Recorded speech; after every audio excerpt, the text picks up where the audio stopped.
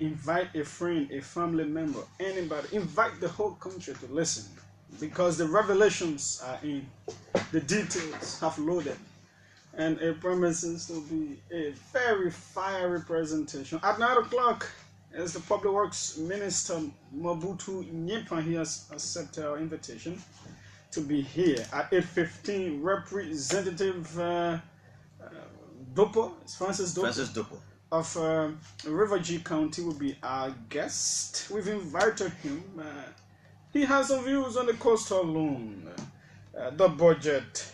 He visited Abuja not long ago on the Public Accounts Committee operations. We'll hear about all of those, and of course some of the workings in River G County. Whew, that's what it is. And then after we shall have done our break, we'll give some advice to the office of the Vice President, how they should handle her. So that she cannot overspeak. We'll give some pieces of advice to that office. We'll bring you more details. That name that has been trending on Facebook about the guy who provided it's not the name. Our research has given us more information on this guy. In fact, he himself has broken silence on the West African Democracy Radio. Will play that interview for you, and what he had to say and what we can draw from what he has said. There are some troubling developments from the legislature. We'll give you snippets of details coming from the legislature about how they already want to start eating some of the loan money. We have those details in. They want to start eating it. They want to start eating. You will hear the details. So don't go anywhere. Stick and stay. This is the OK Morning Rush Hour. My name is Julius. JALLAH, GRAYFIELD, and I, we're here this morning. Of course, our eating pans are not in anybody's house. That's why we speak the way we speak. We don't want to be rich overnight. We just want to do what is right. And in doing what is right, of course, we depend only and solely on God. That's why we speak the way we speak. And we do the things we do in an ethical, professional, and balanced way to help our democracy move forward, to help the government do what it is supposed to do for the betterment of the lives of the people, and not the enrichment of a few halves of society who can move all around here and be bluffing, put hands in their pocket, and be bouncing all over the place and think they're the latest of the best people. Anyway, welcome to it. Okay, so some of the things happening around the world, so we are aware. We are aware now that this Malian fellow who just last year went to France has been granted French citizenship because of his heroic display a couple of days ago, when a child was falling from the 4th floor of a balcony in Paris, and he was passing, people were looking up, and everybody was, very concerned. And this guy applied some heroics, like the Spider-Man story. He scaled the walls of the building, not going in the building. He scaled the walls, and you see the video. It's very interesting. He scaled the walls of the building and rescued that child. And that video went viral on social media. He has been praised by all in sundry in France. The one you can call Sloway, he went on Sloway to France. He went on Stowaway. It's actually Stowaway, Stowary. Stawaway. That's Stowaway. That's what he went on to Paris, France. Almost like an illegal immigrant, but he has been granted French citizenship. See what can happen just in a matter of days. In fact, in his wearing jeans trousers, just as common as he is, he met with the French president on yesterday. He was also admitted to the fire service, and Mr. Gassama, that's his name, Mamoudou Gassama, is now a full-fledged, it's going to be a full-fledged French citizen, also working with the fire service of that country. What a remarkable story. The guy's life has changed for the better. A man who struggled to get to that country and maybe get on a rough sea and traveling for several nights and days. Got to France now. Just, by what he did, attracted the entire world that the French president has to call him for a talk. And see the man sitting in front of the president. Now his life has been changed for the better. Many people did not know actually what happened, Julius. You let me just give a little description. I already did when we went out. Out there. But it was. I've not really seen the entire stuff. I was out there when I was trying to see how he climbed the wall and rescued that child. But it was a good one. The fact that he has been enlisted in the fire service, those countries, sometimes fire disaster take place. Huge buildings are on fire. Maybe some days he will show that gymnastic, again, when there are fire disasters taking place in other areas. But that guy is a good guy. His life has been changed. He's been granted a French citizenship that speaks volume. Now that man who was struggling somewhere around in Malay, was that start making the remittances to the family back home, But Julius, there are people celebrating birthday today. Can we acknowledge them? Yeah, certainly we will acknowledge our birthday celebrants. But of course, in sports, an Egyptian lawyer is suing Sergio Ramos over $1 billion for the injury caused to Mohamed Salah. They believe that it was deliberate, it was intentional, and that should not have happened. So that's an interesting one there. And Sergio Ramos should not play around Egypt anytime soon if he wants to continue living. Because the anger the people have against him is just so it's just so huge. Okay, so let's get our birthday people. Many of them who are already fans of OKFM. So let's see, those of you celebrating birthdays today, we have just a few people. Sam Zota, our own man, Sam Zota, who is with the UNDP. Yep. He used to be with newspaper. For some years, he won the investigative reporter of the year, I think 2 or 3 times. Sam Zota, happy birthday to you, brother. Wishing you all of God's choicest blessings. And we hope that the Madame, Mrs. Zota, will adequately deal with you today. Shower you with all of the love required. Victoria Giddings. Victoria Giddens, happy birthday to you. Wishing you all of God's choicest blessings. Malu Wayakoli, I love the name, it's a strong name. Malu Wayakoli, happy birthday to you, girl. Wishing you all of God's choicest blessings. Tutu Kroma, happy birthday to you, Tutu. Be blessed, be highly favored. Okay. And then also we have Etta, she's May Queen Jackson. She's a sylph, SYLPH, a sylph. She's May Queen? Yeah, that's her name on social media. Etta, she's May Queen Jackson, but she's a sylph. A sylph is a slender, graceful, a beautiful woman, like an angel. Etta, she's May Queen Jackson, happy birthday to you. Wishing all of you celebrating today. Yeah. Choicest blessings. The little sister of my friend, Mr. Kevin Lafayette of the U.S. Embassy, also celebrated her birthday yesterday. Rosa Young, we say happy belated birthday. We didn't recognize you yesterday.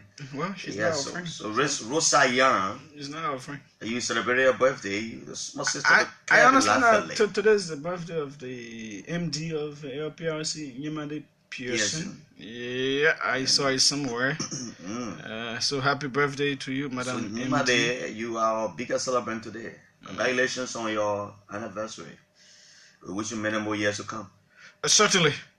So what do we do now? We take our break. And when we come back, our sponsor message, and we'll come back. We'll go to the talking points, the issues that matter in our country. Yeah, so don't dare go anywhere. Trust me. It promises to be fiery. Very fiery. So let me take this one first.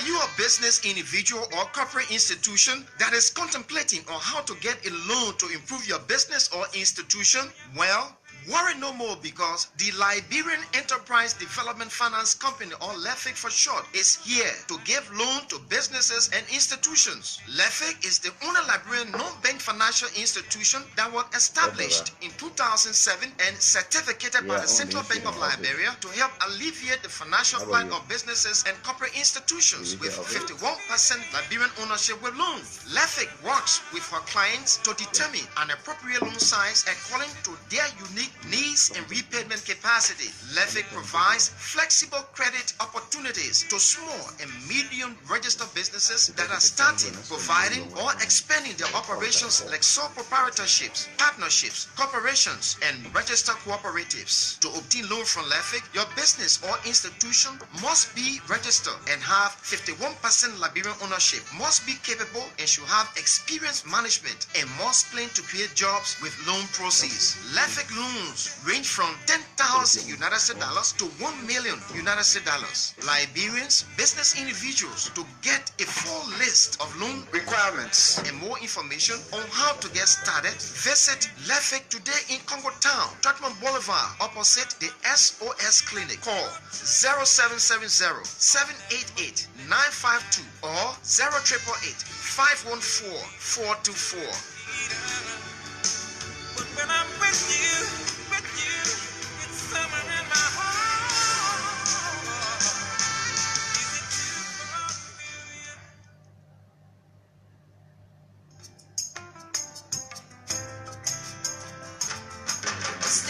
They say to make headways, improve your head.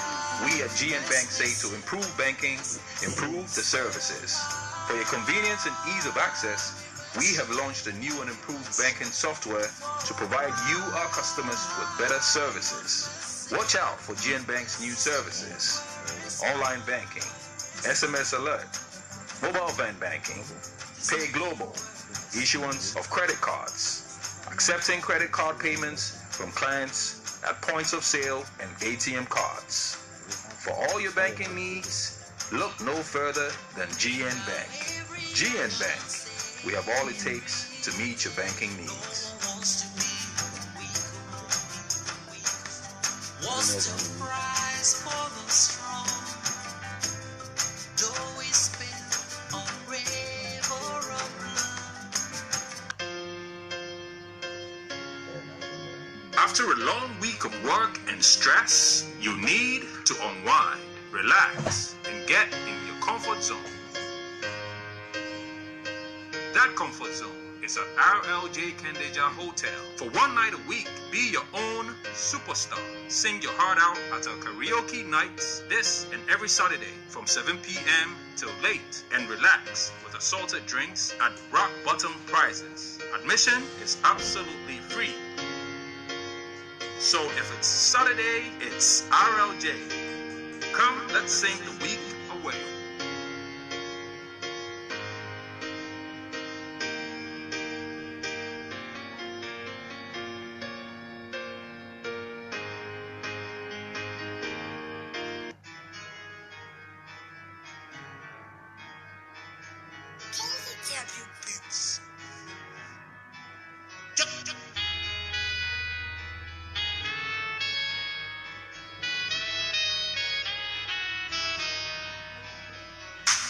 I like the way you do the tricky dance for me. All right, so Yeah, certainly we're back, and welcome back to the OK Morning Rush Hour. This morning, Liberia's premier talk show platform, where all the issues of significance are discussed. So yesterday, we highlighted statements made by Liberia's vice president, which we thought were divisive, and we highlighted the fact that those statements should not have been coming from the vice president. Just an advice for her office is what I've come to analyze about the vice president. She's a passionate individual, bordering on emotionalism. So for those kinds of people, you have to the communications people in her office and her office staffers, chief of staff of the office, and everybody else, they need to insist, especially when she's speaking to political matters, JALLAH, that she should speak from the script. They should insist. They have to make her speak from the script, what is written, what they have gone through, and see that it is okay for public consumption. They have to insist, because whenever she speaks off the cuff, where she's not reading from a prepared text, she always has issues. You remember the one that happened in the US concerning when she said the lawmaker's salary was small. You remember the one she went to Grand Ambassador during the campaign? And she loves to speak extemporaneous. And then she's a good public speaker, so sometimes she ignore the importance of speaking from paper. They must insist now, because it is dragging her office in the mud. So they must insist. They have to advance her, insist that she, especially when she's speaking to political matters, especially on the program that is organized well ahead of time. It's not just where they call, maybe you are going there just about 2 days, or is it? Let me just go talk about something. Even the 2 days, let her read from something. But sometimes the protocol that but it is good to advise, as you are saying. That's why she has so many communications people in your office. You know, and if you make these kinds of gaffes, it's just difficult for your people to even defend. It is not easy. And Julius, and one thing that got me yesterday, I was sitting listening to you in Akara's Gray, he was being interviewed. He tried to justify some of these things that are happening right now. But you have come on a mantra of change. You say you want change. It's because of the change message that you preach here. That's why you were elected. Joseph Boakai could not be elected because he wrote Ellen Johnson's Salif and they made a lot of mistakes. So you have come to make that change. Do we go back again on the same thing we're making mistake on? We agreed that Madam Salif went to Bon County. She instructed our people and told the citizens or officials that it is about time to start employing United Party people, partisans in your offices. You understand? They came, up to this time, some of them will say it was not implemented. It was the same CDC that was speaking against it. They lashed at Madam President here every other day about that. Even though some of them were appointed, some were taken in other offices and they worked. Now you can't come and say it is our time because it happened yesterday. We have to clearly break away from the past. And if we have to move forward as a nation and people, those mistakes that were made by the Ellen administration should not surface in this government. That is why it is important that we keep reminding them. One thing President Joshua said, I'll remind you people again, was when he went to the church service of his wife's birthday. He said people are being alienated against because of their political affiliation. It is, you were United Party, I was CDC, and the other man AMP or ALC or also FC. Now that I have been elected president, I'm everybody's president. Do not put someone away because the person is a sedition. That message should sink in the head of officials of this government. Those who will want to defend and say, hey, because they've been a sedition, yes, so he got to get employment. Yes, a sedition is a Liberian. In the first place, you know that. But the fact that you say a sedition should be appointed or should be recruited in the particular government ministry because he is a sedition, there are others who were not seditions who voted Joshua because they think that he could bring the change. It is not all of those who voted for Ambassador were seditions. Some were professional people from different backgrounds. They are not politicians. They are not being associated with any politics around the world. Yet they voted Ambassador Weir as president. So it was difficult for the vice president to have made his comments there. And to hear our own friend and brother Akawas come to defend such, I think it was not in the best interest of the people. And it is not in the best interest of the Liberian people. Well, like he said, these kind of comments are like he said, he views himself as a defender of the party. He is someone who's outspoken and all that. So he So he felt he needs to come. But my only thing this morning, we talked about that enough yesterday. The only advice to her office now is you have to ensure that, especially in speaking to political matters, she should be scripted.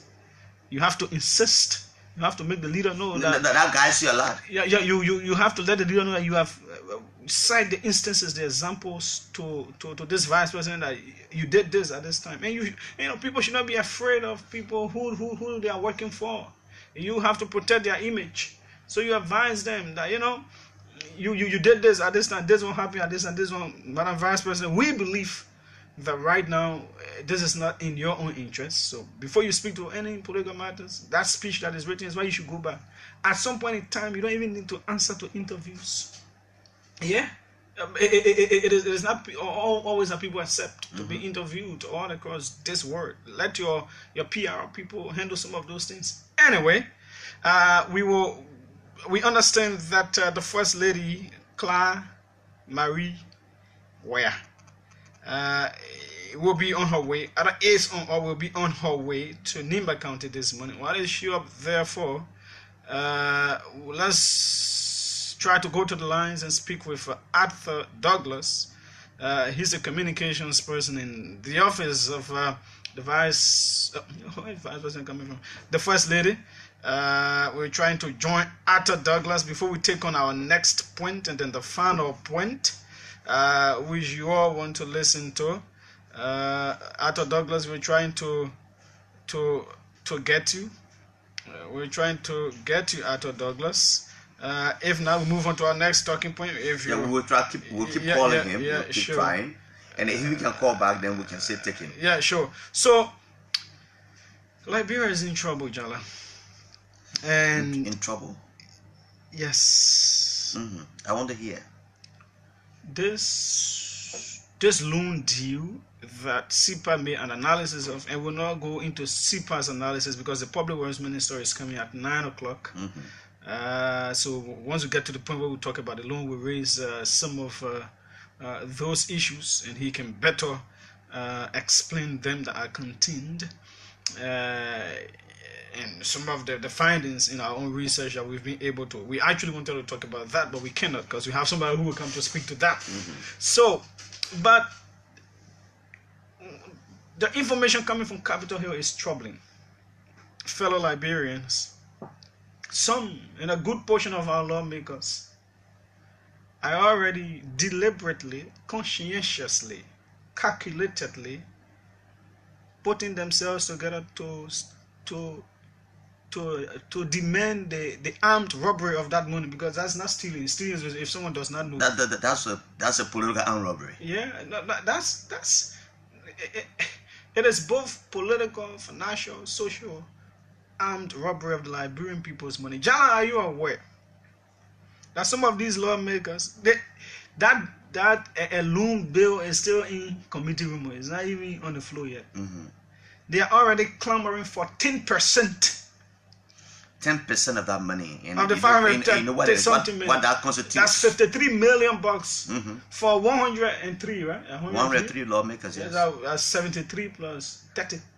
103 lawmakers, $53 million. Some of them, not all of them. They are already clamoring, and at the end of the day, everybody will benefit if they have their will. Yes, if they will prevail now. If they prevail, so and this, we are talking about it because the legislature has been conniving from time past with the executive. Absolutely. To defraud, to steal, to arm rob the Liberian people. We know about all of these deals, and that's how even this ExxonMobil deal, Block 13, and all of those things they came up. We did not see it from the beginning to talk about it. This one we've already. It is highly placed. Now, Julius. There have been a legislative to pave roads, and executive connivance, an executive and legislative connivance against our resources. They have jointly connived to deprive the Liberian people of what is good for them. Dating back from the administration of Ellen Johnson Sirleaf, the 2-term, that even the then Auditor General John Molukim said they were in connivance, they were in marriage politically to rob the people. And this cannot surface here easily, and we can keep exposing them on this matter. But there are people of level-headed people in that legislature who can stand tall and say this cannot happen. Level-headed people have always been there, and they have Sometimes always stolen. their will have not prevailed because of the minority. The fund say minority. That is the point. So if Buffer Chimas who has stood against the regime of Ellen who are doing bad things and say, I will not be there, the likely deputy speaker who is also a very level-headed man, if they sit, I don't want to believe that they will sit and allow this to happen. Well, Jallah, it is not about you believing or not believing. It is about the fact that these people have always been in the legislature. They have spoken out. I see a political fight in that place. Now, a division. Let me go in deeper into what the information is. So, some of these lawmakers who campaigned,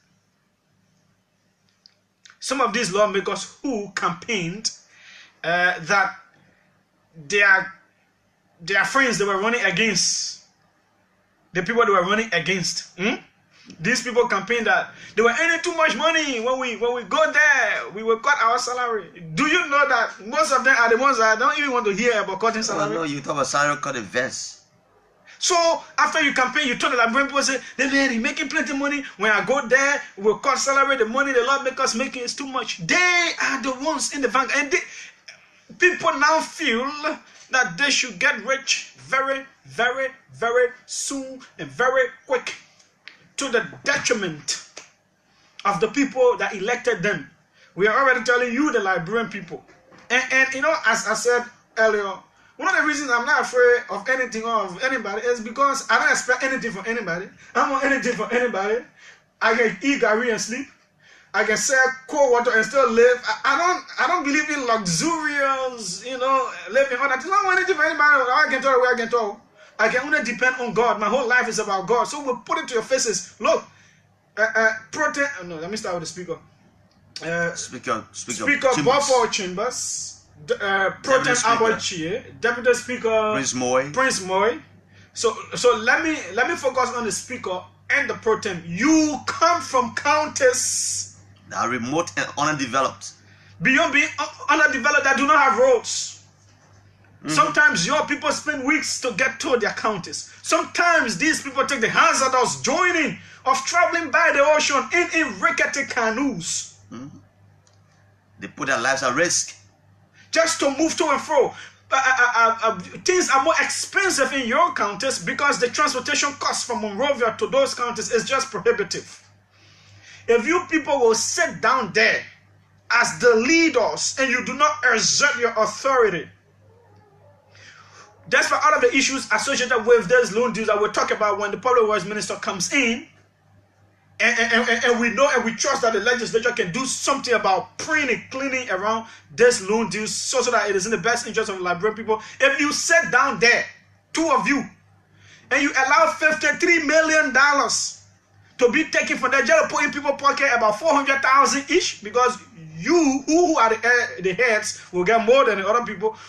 People will be getting between 400,000 and 500,000 each. 103 people. If you people try it, our God will beat them. The lives of the people of the Southeast, those underprivileged people who do not even have, who have to work for days to get from one location to the other because of the lack of vehicle. If you people try it, all the burdens, the hurts, the regrets, the debts of those people will lie on your heads. It will lie on your heads. So we are putting it at your feet. We know. Thankfully, the Coalition for Democratic Change has the ability of commanding a huge portion of the House of Representatives. Thankfully. So it is your own government's priority.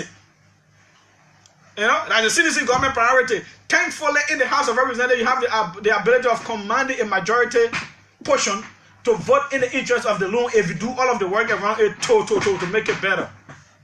And this is what you just said, Julius, about the road. The two heads, the pro-tem of the Liberian Senate and the speaker, come from the Southeast. Even the president is from the Southeast. The president is from the Southeast. So, if they allow themselves to be cajoled by a few of their colleagues Because already you make 15,000. Some of you make 15,000. Up to this time, many of you can't tell us what you make. When you say some people are say I make 8,000, others say 12,000, others say 15,000. The only lawmaker who was very clear to tell us in this country he makes 15,000 was this man called Gabriel Nika. And so you already make such a money in this kind of struggling economy, about 12, let's just say 10,000 self. In this kind of struggling economy, you are demanding 10% of the loan agreement money to be given to you. I would consider that as a sheer wickedness against the people you are representing. The president has a good will to connect all of these southeastern counties by coastal road. Thanks to the previous government, as according to Mr. Giddens, that they made some efforts in that direction. And this government needs to just add on them. We can't be going to borrow money that in the next 8 years we will start paying on those monies, paying by the loan with interest. That instead of going up to lobby for more money, then you are saying you won't get 10% of that money, which many people see as unorthodox in the first place. You see, so we will keep our eyes on you every other day. We will keep reminding you that this is not correct. It must not happen. And you must not say that as leaders and allow people to cajole you. As Speaker Chimas, I know you. You were with Ellen Johnson Sirleaf as a lawmaker. You were the head of the Unity Party Legislative Caucus. You saw President Sirleaf face. You favored her on so many occasions and said, Madam President, this is wrong. You kept warning her and said, if this continues, I will leave. Yes to your word. You proved to be a man. You stepped down, you resigned as a caucus chair of the party. You resigned from the party simply because you felt that people in the Southeast are the how you call it, the safeguard, that safeguard people were not treating their people well. So you stood against that. Now that it has happened, you must stand against the store. If it causes you to reach the sky, this is not correct for our people. This country must move forward. The president was magnanimous. Many people think his action was wrong, that he have gone out of the system to take money from a private entity.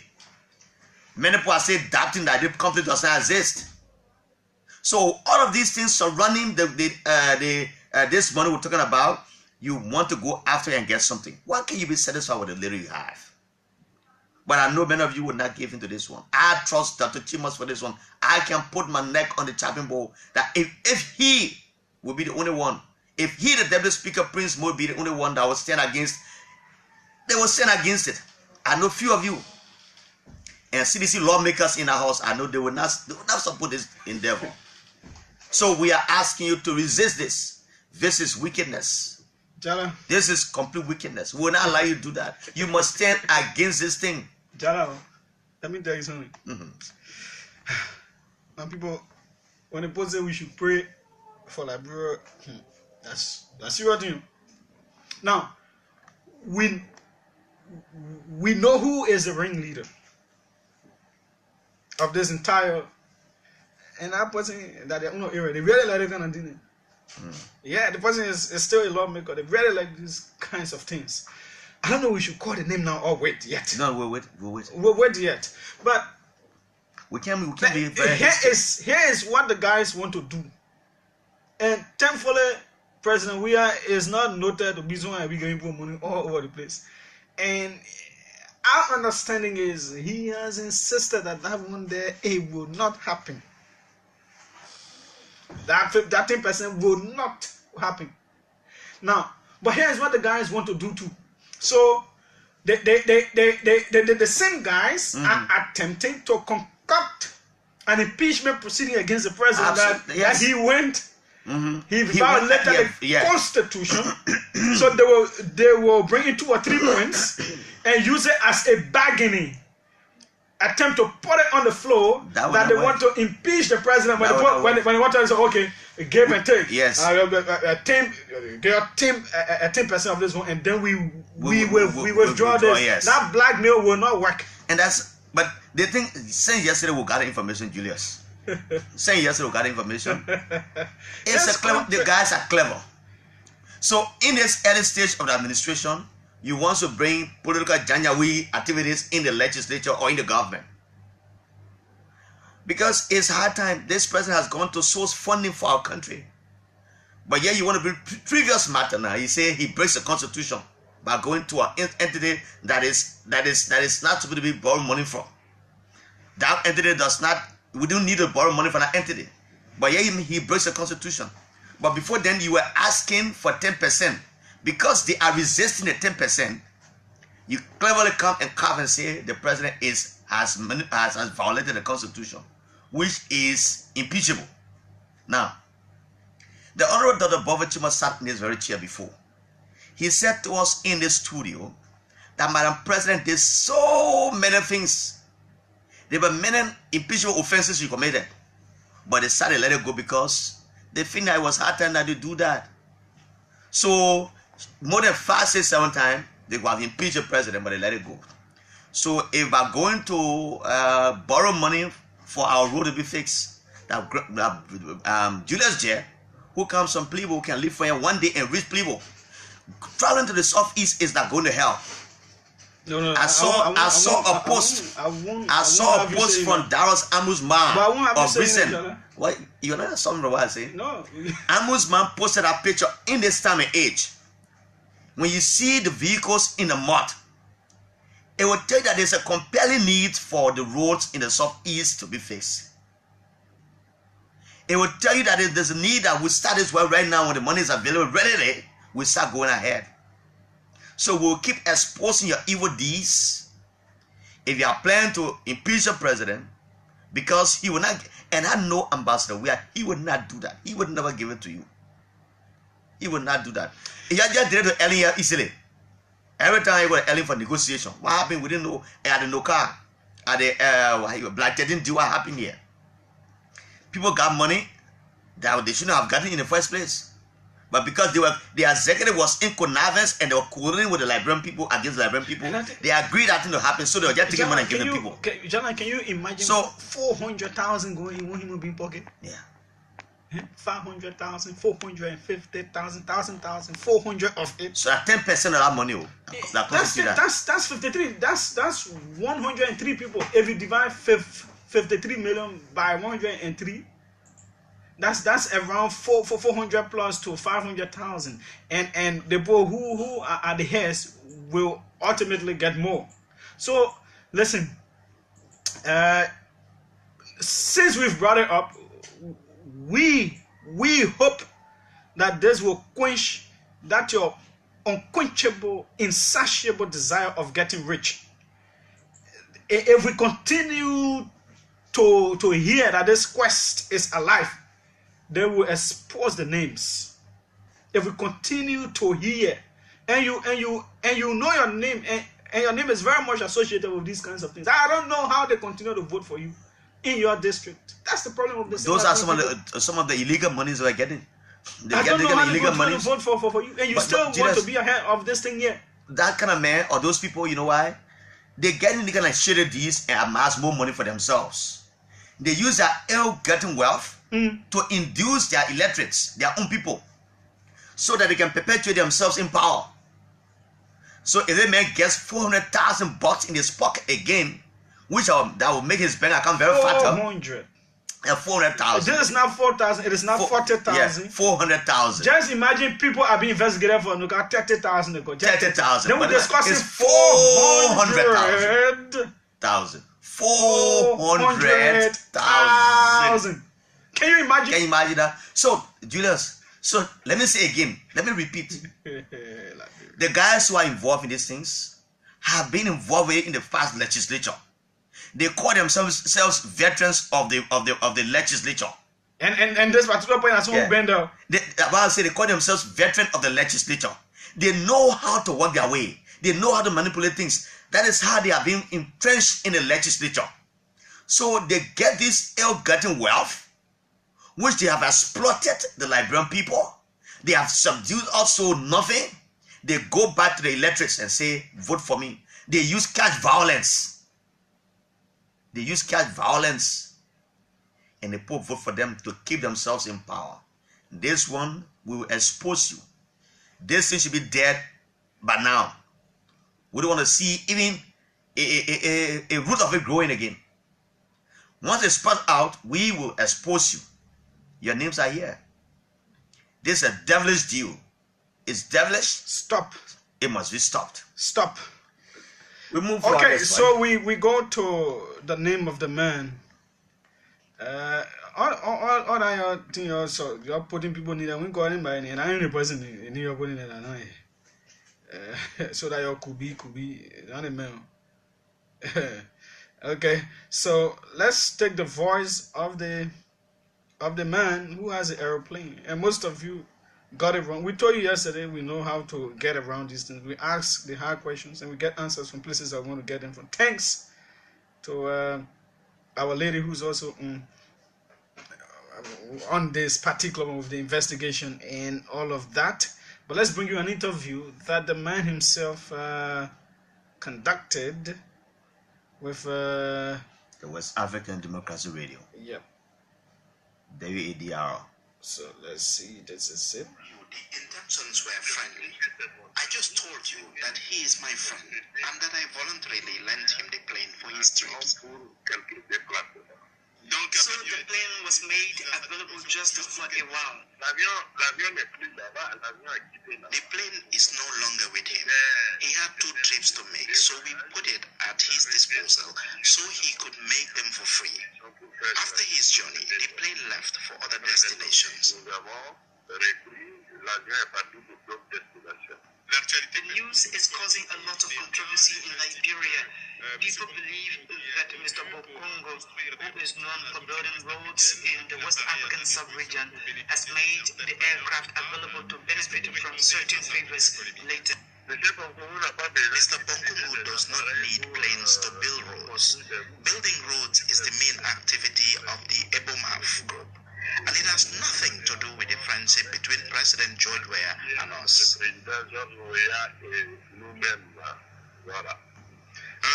Mr. Bokongo, does that mean that in the future you would lend this plane to President Weah for his travels?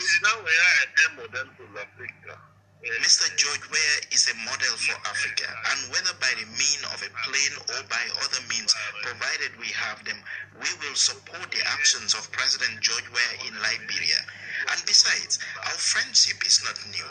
It goes as far back as well before he was president, and he can count on the support of the Ebomam group and mine.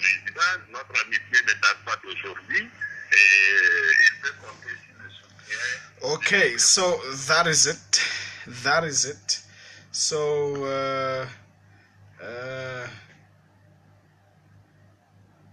and somebody is telling me, I worked at the legislature for 14 years. I know who that ringleader is, and he's very, very good at this. If the president doesn't put his feet down and be very strong, they will succeed. Trust me. So if you people think, okay, so let's bring you details of who this guy is. This mystery fellow. So his name is Bokongo, and his group is the Igbo Map group. He's a Burkinabe businessman, Mahamadou Bokongo. Mahamadou Bokongo, and he's a very, very wealthy, rich man, wealthy guy. He has worked with Vice President of Burkina Faso, current president. It is alleged that he gave the Togolese president a Leonidas Sessus a private jet to secure a contract. He's currently implementing a road project from Yamoussoukro to Ouagadougou. He has issues with labor, issues with his company. But during the campaign, if you hear, he himself admitting that he's been knowing President Weah for some time and their relationship goes back before the presidency, it is believed that he also provided support to the George Weah campaign. In fact, one of his main... But Ambassador Weah said that. Yeah. He said, during the campaign, I did not pay a dime to fly. Good. So it means this guy was the one also sending that particular jet, and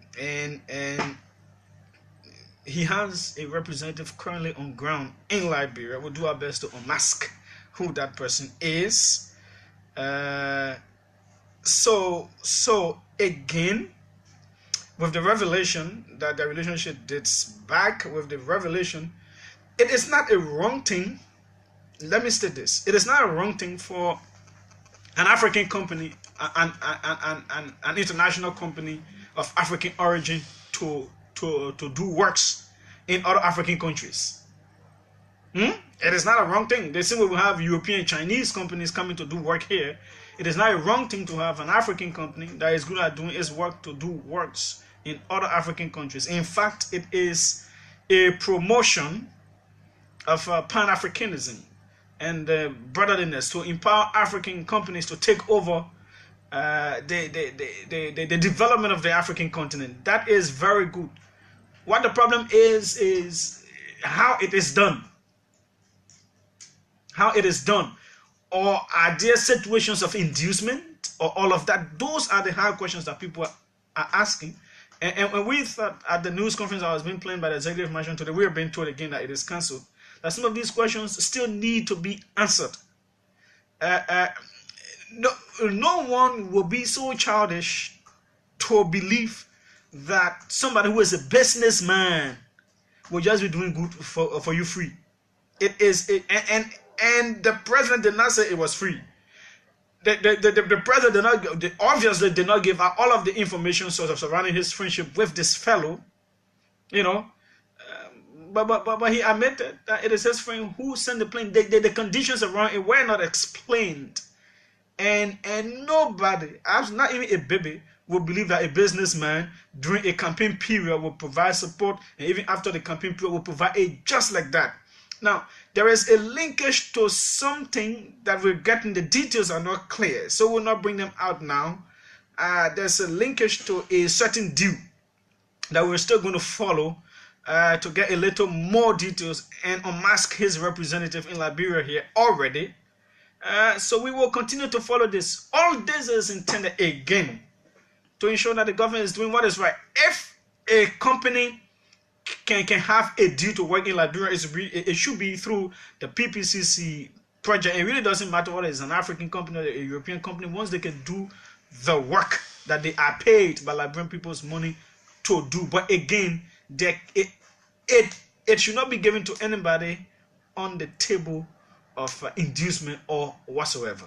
That's exactly what the point is. Now, Mr. Bakongo has come to clear the air on his gesture to Ambassador Weah. For me, and it has further brought in an argument that people have been talking that the plane was a gift, that the plane should be a full disclosure be made by the president that the plane is given to him by his friend. But Bakongo comes and said to us, this plane is not Ambassador Weah's plane. I didn't give it to him as a gift. I aided him because he's my friend. I've been knowing him for a very long time before he became president. I heard you see the detail of his friendship with this man. Yeah, I don't know what he's doing. Say detail of the friendship. What you mean? Yeah. Now let me further explain this. This is our president. He sits over a whole lot of things, and this friend of his is a businessman. You cannot rule that out. He is a businessman. He is a businessman that wants to make profit. That he is an international businessman, as a matter of fact, in that because interview, he has done works in other African countries here. Now, so but it is not wrong for him to have interest in working in Liberia. It is not wrong. He has broken his own neck. Just listen to the interview. In that interview, Mr. Bakongo said his gesture to Ambassador Weah, because they asked him question that you are involved in SYS. He said, my gesture to Ambassador Weah does not in any way mean that I will need something in return. But what do you expect him to say? So now, That's why I challenged us yesterday as media people. And that's what we are doing. So and we we are already on the trail, Jallah. So Julius, it makes it we have an idea of what it is being tied to. Yes. Until we can crystallize that. No, Jallah, hold on, Jallah. I can't hold on because our influence came. No. Let us get this point. Let me you land. Yeah, let us get this particular point clearly. Is the fact that this man is a businessman. Okay, this man aided president. We are in his campaign even before becoming president, and we know that's an open secret. And we know that all of these political parties have people that were supporting them because they had interest in Liberia afterward. If that person might have won, so there is absolutely no businessman that would just want to help someone simply because of helping. So let me just end. So there will always be reasons why a businessman will decide to support a politician. There will always be reasons why. A return. They want something in return. And certainly, and so, and now you are kind of agree. So my point is, it is not wrong, and we are not insinuating that it is wrong for an African businessman to do business in Liberia. I think this argument is getting longer and will be longer and longer and longer. That I said yesterday, and let me just again restate what I said yesterday. The challenge is to us now. The fact that we know now this man called Bokongo, and he has said to us that he has no interest in doing anything for Liberia in return of his gesture to the president. We need not to wait around and see whether his name will surface in any other development initiative in our country as a result of the decision he made to aid our president get a private jet to fly.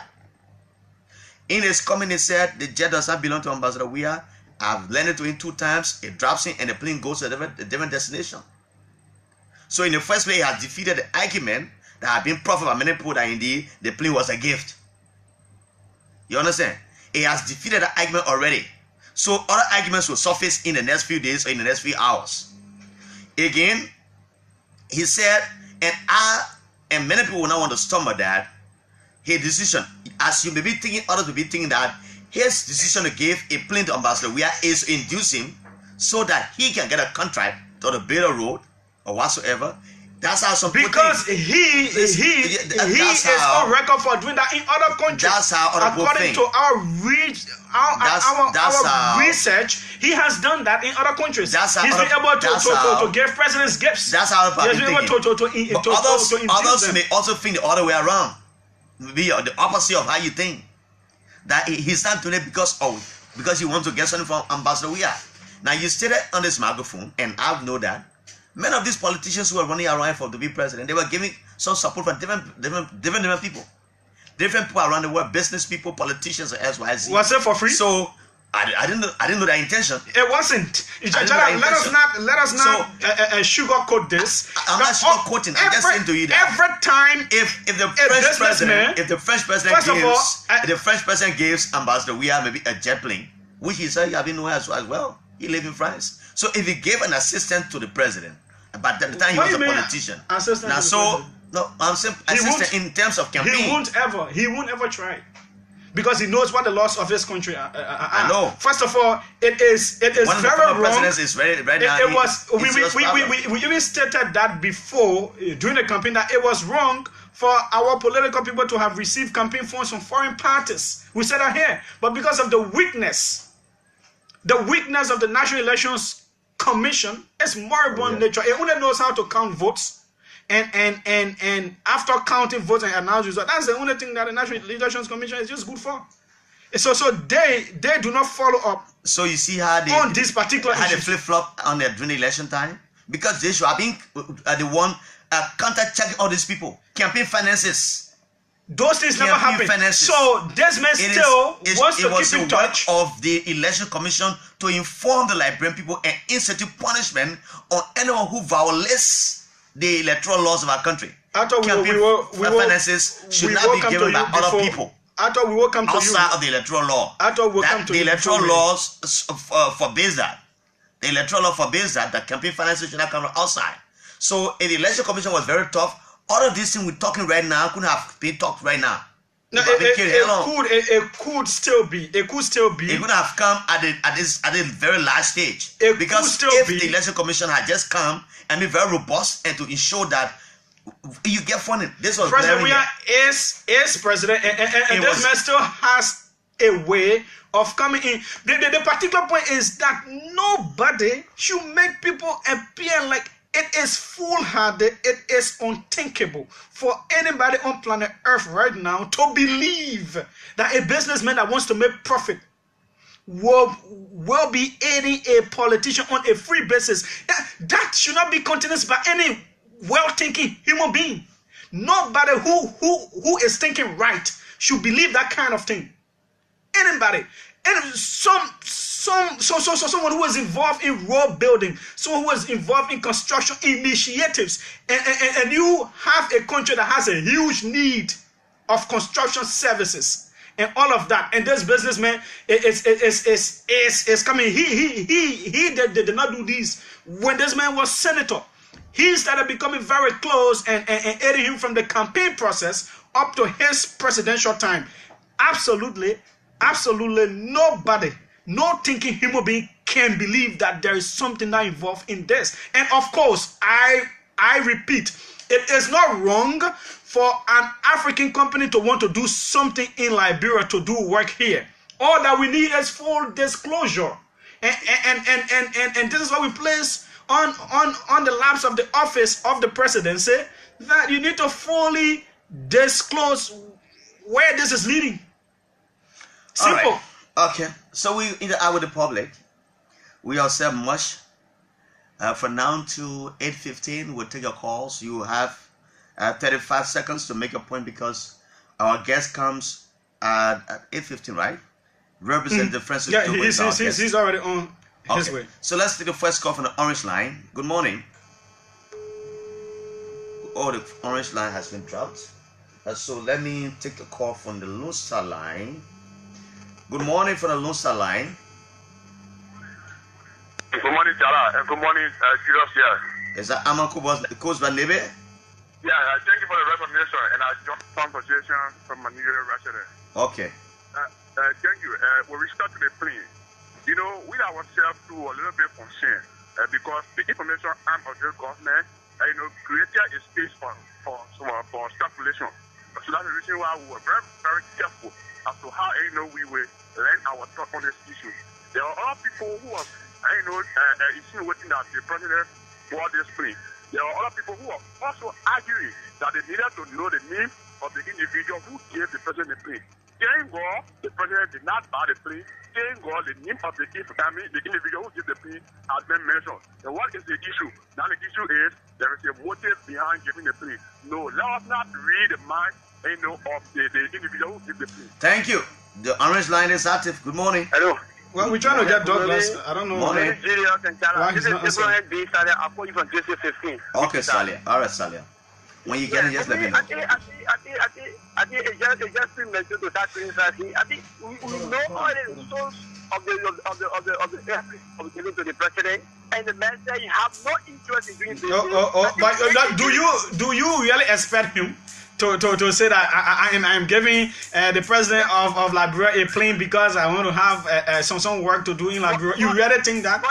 You really think he should say that? Listen to me now. Yeah, why you can't put that kind of analogy here? Yeah, listen to me now. Even if the men want to do business here, they have criteria that you can come and establish your business in the It's not fair. So the man says he's going to give a plea to the president for free. Thank you. Thank you very much. Can we take Arthur Douglas? Okay. Let's hold on to the next caller. Let's go to the let's take spokesman. Arthur Douglas. We'll get to you. Yeah, there is a whole lot of interest. Hold on. Let's go to Arthur Douglas. Welcome. Thank you very much, JULIUS. And JALLAH GRAYFIELD. Good morning to you guys. Yeah, thank you. Where is the first lady going? What is she going for? Okay, so she's going to Ganta, that's in Nima County. The first lady is the mother of the nation. So what that entails is she shows love and care to Liberians all across the country, not just in Monrovia. So this is an effort to move away from Monrovia, where you have all the comfort, to going out into the interior, into the hinterlands, to meet with the people of Liberia. Just a few weeks ago, she was in Dembassa, And so the trip continues. She's in Nima. She's going to Nima. And Julius, all of this is intended to support the president's pro agenda, her husband's pro agenda. She is actually focused on improving the lives of the disadvantaged people in Monrovia and in Buchanan. She is undertaking several humanitarian initiatives, and so she's extending to Nima County to speak to the people, interact with them about challenges they're facing, and look at possible ways she can intervene to help, particularly those people of focus, the orphans, the street girls, the drug-addicted youth, the disabled people, and the women. Okay, so are there specific places earmarked in Nima County, specific entities that she will be going to? Yes, basically she will be visiting some of the orphanages there. She will definitely meet with women group, particularly the group of Baptist women who are currently having a conference there. She will make a stop over there to interact with them. She will take time off tomorrow because this is a 2-day trip today and tomorrow. Tomorrow she will actually extend to the villages, outside of Ganta, the main city itself. She's going to go into the villages and meet with the elderly people, it's part of our agenda to, cater for them also. Is she taking some relief items with her? Because usually when she goes on these trips, she carries some food and non-food items. Obviously, Julius, she's a mother, so she doesn't go empty-handed. She has to go with something. So she's taking gifts, relief items. We've got huge quantity of bags of rice and other, food and non-food items she's taking to Nima County. That's a way of showing them she loves and care about them before understanding what the issues are, and then that will be, followed by some of the interventions she wants to make, tangible interventions she wants to make in Nima County. So this is the initial stage. It's basically to know them, to understand the challenges, and then knowing the challenges now she can intervene. Julius, the government is actually giving some allotments to the First Lady's office, but honestly, it's just not enough to do all of these issues. We're just going to, Nimba, we left them back.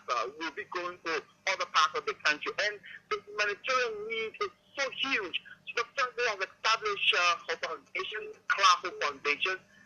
You may know she was in China recently. It's so, isolated more funding so that the issue of the lack of funding can be the impediment to Thank you. Douglas, we'll talk to you tomorrow. Thank you very much. On the other side, Douglas, where you are going, we'll talk to you tomorrow. Thank you very Thanks much a lot. for filling us in. Yeah, so let's take this caller has been on the line. Good morning. Good morning, Jallah. Good morning, Julius. Good morning, welcome. Good afternoon, fire there. Thank you very much for recognition. My brother Julius, let me just say something. You are being overly critical in your analysis. Oh? And in analyzing an issue, analyze a safety issue that is available. Don't analyze a presumed issue. Why you mean do not analyze that? Why you do not journalism? Go ahead. My brother, the issue about everybody want to know whether we have bought a plane or it was a gift. This issue is not about buying plane and gift. We have passed, I think, ever since Rudolph Fafaya come to terms. We have never talked about President buying plane here. We've never discussed that on this platform. No, you need to get that information first. Julia, listen to me. I don't agree with you. No, but you should not misrepresent us. Rudolph Fafaya, do not misrepresent us. Give me chance. Okay, Evan has never talked about President buying plane. Never. But give me chance. Go on. The issue here, the argument as to whether the man committed any crime in our constitution or in the code of conduct. That was the issue. In other expressing words, everybody has a friend that is in need, and a friend that can help you at any time. If there's necessary clearly stated in his interview that he knew him, but we have not a God before he became president as a friend. So at this time, with the president, if there's a need, I should help him with a flight to travel, he can go and come back. That's it. Take the fact for that. Thank you. Thank you for what's the call. Okay, I'm Wale.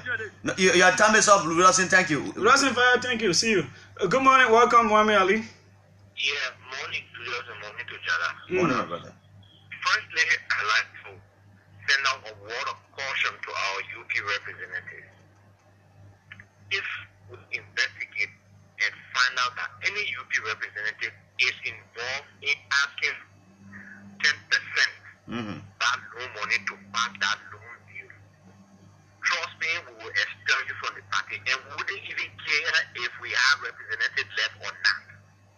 You need to uphold the integrity of that institution. That legislature should be there to serve as a check and balance to the executive branch. If you just concur with everything because you won't be asking for money, probably that's the reason why some representatives are saying the loan deal is good, that they are going to pass the loan deal. If it's depending on 10% to pass it, we'll expel all of you from our party and we don't care. You have no representation. And we'll take a very hard line. And on the issue of this play, I think but Mo Ali, before you go to the plain issue, if you expect all of your lawmakers, then how do you make representation when critical matter comes up in the legislature? Yeah, it doesn't matter. We want our party's integrity. We are tired of having lawmakers who will be passing deals that are shady simply because they want 10% or 20% of that money. If you want to construct 505 miles of road and you get 536 million and you have to take 56 million of that money, very alarming. Representatives and senators to induce them to pass the loan due, then it means that you will not even be able to construct the 505 kilometers of road that you intended to construct. Okay, thanks a lot. Let us take Eugene Fagon, government spokesman. Good morning, welcome, Deputy Spokesman of Government. Good morning, JALLAH, and good morning, Julius. Good morning, Mr. Fagon. Fine, go ahead, let's hear you. Okay, quickly, I only got 35 seconds because I don't want to follow what Mo Ali is saying. Because at the end of the day, that was a common practice in his government. I don't know why he's trying to bribe. Mo is supporting your idea that you build the roads. You are even supposed to be hailing the man for this sense of the party. Then you want me first again? Discuss things that are not true. I don't operate on the basis of assumption and speculation. But it was this is not assuming, speculation, bossman. The man was not assuming. This is not speculation. Anyway. We are saying to you, we have names of lawmakers on Capitol Hill who are already calling for 10% of the loan due money to have it passed. So this is not an assumption. Have you ever found anybody guilty of an intent to commit a crime? We know what is obtaining. So you just move on and say what you want to say, sir. Let me go to my point. Go there. And I'm not accusing you in JALLAH. No. I'm saying we heard the noise about the president buying a plane for 30 million. That was rubbish. We heard about gift and bribe, citing at Code of Conduct 9.1 and 9.2. We did that in garbage. We heard the concern for his safety and security because the plane, blah, blah, blah, blah, blah. What did we do with that? We made it complete garbage that you can eat. We heard about the young Burkinabe that was a cook, Kalazua. It turned out to be a lie. Now the issue here is, why is he helping the president? He might have some issues. Certainly. He won under his sleeves. Let me say this. When the president was playing for the Republic of Liberia, he was using private jets. Right after the game, they were flying in here. To my country, it's on the record. Private jets. This is not his first time. This is not the first time that people gave their jets for the Republic of Liberia to use. No, but this is an entirely different time. For this time, he is the president of the Republic of Liberia. He says over a whole lot of power. People will also need favors from him, and you cannot rule that out. That is the reality of life. If that happens, we will not continue to operate on the basis of assumption and perception. And that's why we're asking for full disclosure. What is in this? We need to know. It is important that Liberian people know exactly what is in this. Don't you think so?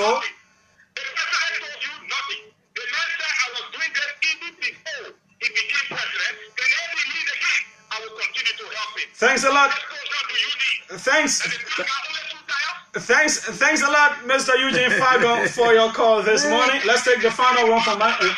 Thank you. See you. Good morning. Welcome. Well, good morning, and good morning to JALLAH. My name is Waka Jaliba. Go ahead, Bakari. Well, specifically, I just want to talk about the loan agreement. And as you may be aware, the Center for Policy Action Research. We have it. We have that document. We'll put it to the Public West Minister when he's here. One of the things that I just want to put out quickly before we, probably invite us to come and discuss the document Liberia. But the loan document, the loan agreement is a bad piece of agreement. It's a sloppy work. I don't even know why the public officials who affixed their signature to that document even signed that. Another thing, Julius, is that if you are in the US, for example, maybe usually Pablo can say that, if you take a card note, nobody will give you a card note on an 8-page document. We can just believe our luck that a document, the agreement that worth over $500 million will be conscripted to an 8-page document. Besides, Julius, when we did the analysis, the total repayment for Liberia is of $599 million. So that's almost $600,000 we'll be making payment for in terms of total repayment. But looking at the interest, the actual interest cost to the government. So the actual interest cost to the government at the end of the day will be around 12% of the loan. That's around $62,651,000. It is also very important to note, and we want to make this be very clear. Airborne Finance PT Limited, Julia, with registration number 205-984K, was incorporated in Singapore on August 10, 2005. But because of time and our guest is already here, these are things that we'll talk about when the Party White Minister comes, and hopefully when we find time to call you guys in. Mm-hmm. Thank you. But this guy, why you try to get our guest is here? Let me just squeeze in the one that's been holding on for a long time. Good morning. Yeah, good morning, Jallah. Good morning, welcome. Yeah, I have a problem with Julius' analysis. Go ahead with your own. You got problem. What is your name? The thing, this is Austin Gole. Okay, Austin. This man is an international man. He's well known internationally. And he been lend a plane. He never bought the plane, or the plane was not sold to him. He was just lend the plane. Okay? As a friend would do a good thing. But I assure you that businessman cannot do Monsieur, hello. Do you know why the current the former Brazilian president, one of the best in the history of that country, Luis Inácio Lula da Silva, he's in prison today? What you want to compare? No, you know why he's in prison? As good as he was. You know why he's in prison? Do you preempt somebody's future? It is not about preempting. It is about asking the hard questions now, so that wrong things do not happen. That's the work of the media. Austin, thanks. We can. Thank you. Okay, you have just 10 seconds. 10 seconds. Thank you. We have to take the papers quickly. Our guest is here. All right. Thank you. We have to leave you there. Thank you. See you. We have to leave you there, Austin. Thank you. Thank you. See you. You know why the Americans are investigating Donald Trump's election and all of that? You just feel that people play phone with the destiny of countries, eh? You think country issue that child play? When these issues come, we ask the hard questions, and the onus is upon the government to answer. They have to give us the reality of what is unfolding. At the end of the day, it is in their own interest. It is not in anybody's interest. So go to major headlines. Yeah, quickly. I think I have 2 here. I don't know how many you have. I have 3, so we'll make it very quick. Yeah, we just rumble quickly. I think JALLAH is around. So. I can't stand no more, cause no more food. I cannot go to school, cause no more money. And yes, so the authoritative heritage is the first paper right here. Over political inclusion in government, Joel contradicts we are. See story on page 10. Joel contradicts we are. And I see Bagubeya looking very serious. Let me go to the buy page. Orange Liberia to give away another brand new vehicle this week. Cuba offers more assistance to Liberia's health sector. UNDP laws women-led initiatives. Let me read the editorial. It says, attention again. That's editorial Julius. Okay, we move on to the Focus newspaper. All eyes on where? All eyes on where? All eyes. The eyes are here. The eyes of Christian Otta. The eyes of Amara Kone. The eyes of Robert Solive. The eyes of former President Solive. See how they look? But look at this. The man serious. What? The man said the one I can't take it. I am told that report may surface on the table of the legislature today. They report from the global witness report. Oh yes, I'm told it may suffice. So he's very serious about that. See. The particular one he's serious about. I mentioned see any what? Woman picking where you own. All eyes on where. From cruising in morale to action time, will justice showcase transparency and accountability, or be wrecked at the shock of miscarriage of historical proportion? Ooh, 5 years of boys for hands in the balance. If looming tough, difficult days ahead, with rainfall yet to intensify, bad road impedes movement of Ganta's Wedge Road, Liberia pondering conversion to metric system. Okay, the editorial says, delays are extremely dangerous, Mr. President. Extremely dangerous, Mr. President. Let me go to the improper delay and let me read what the paper has at this front page, in this front page headline. Liberians worry over culture of reactions. And I see the president, along with D.G. Nangbe, and the former President Ellen Johnson, she's smiling here. ECOWAS Judicial Council recruits new judges. And so let me go to the back page of this paper quickly. It says, one China policy wins the world. A single window system. Efficient trading regimes in Africa. Single window system. The editorial. Beware of critics. Political weapons, Mr. President. Beware of critics. Political weapons, Mr. President. Your final paper, Julius. Yeah, my final paper is the Inside newspaper. Police raid hits Nimba and Bong. Several arrested for drug trafficking. See them, see their faces. Other crimes. Criminals. They need help. Chief Justice returns from ECOWAS Judicial Council meeting in Togo. Liberia celebrates World Metrology Day as experts propose for Liberia to embrace metric system of measurement. Small, it can be the prophet predicted from October. I will start. We're getting contact with plenty of money. Liberia AU hosts flags in observance of Africa Day. I'm waiting for that day. Fine Bus urges UL to provide subsidies to schools as New Hope Academy celebrates 23rd gala anniversary. Please for TVET education to empower adolescent girls. The editorial says UOL must ensure the conduct of the by-elections. All right, the newspaper is found where Jimmy Fagon says as editor, new HIV infections disclosed. And I see Dr. Mariam Chimpimpo is right here. LPRC will construct US $4 million. MD informs budget committee. Ongoing budget hearing. Numale Pearson is there. Cuba offers more assistance to Liberia's health sector. Red Cross reopens health facilities. Orange to give away other new vehicles this week. Eco Bank named Africa's bank, best bank. All right, the editorial, I'm going there now. It says professionalism must be adhered to. And that's the editorial. We'll take a break as our guests. We'll take a break and bring our guests in.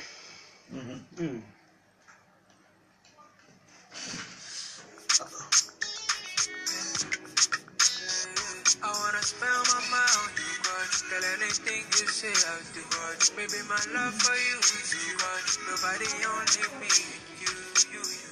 Nobody, nobody, nobody,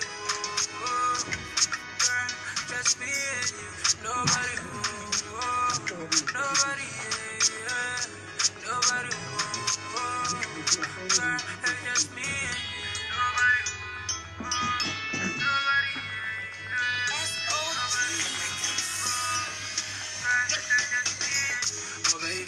Give me love, and I'ma show you what life is about. Show you and me, who are meant to be. Sugar, the body sweeter than sugar. Girl, I must talk with you, a diva. The representative of River G County has entered the studio. And nodding his head to this one, it's called Nobody.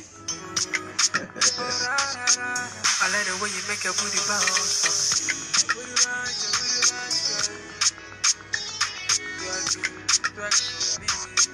Oh, baby, tell me what you really want. Let me say good morning to you, Naomi Francois. I I spend my mind on you. Girl, anything you say, I'll do. Baby, my love for you. All right, welcome back to the show. It's on OKFM. We broadcast from the shadow of the longest tower in Monrovia, situated here in the old Arsenal building where Vision Prince is located. Proudly associated group in Doom, the owner of Lifik, our GM Bank, RLG Hotel. And so, Assistant Minister James Stockman, good morning to you. Thanks for joining us, Mr. Representative Francis Dobo. Oh, thank you. Yeah. You were in Nigeria recent. What were you there for? Well, I was there with other colleagues of the Senate and the House of Representatives from the Public Accounts and Expenditure Committee. We were doing a study tour as it relates to the work of the PAC. It's a Public Account Committee? Yes, and we were at the invitation of the Nigerian Institute of Legislative Study, News. Okay. So, specifically, what were you discussing? Well, we were discussing, like we said, how the PAC work, and in terms of the issue of hearing, the issue of persecution, because we were concerned about how can we foster the fight for public accountability.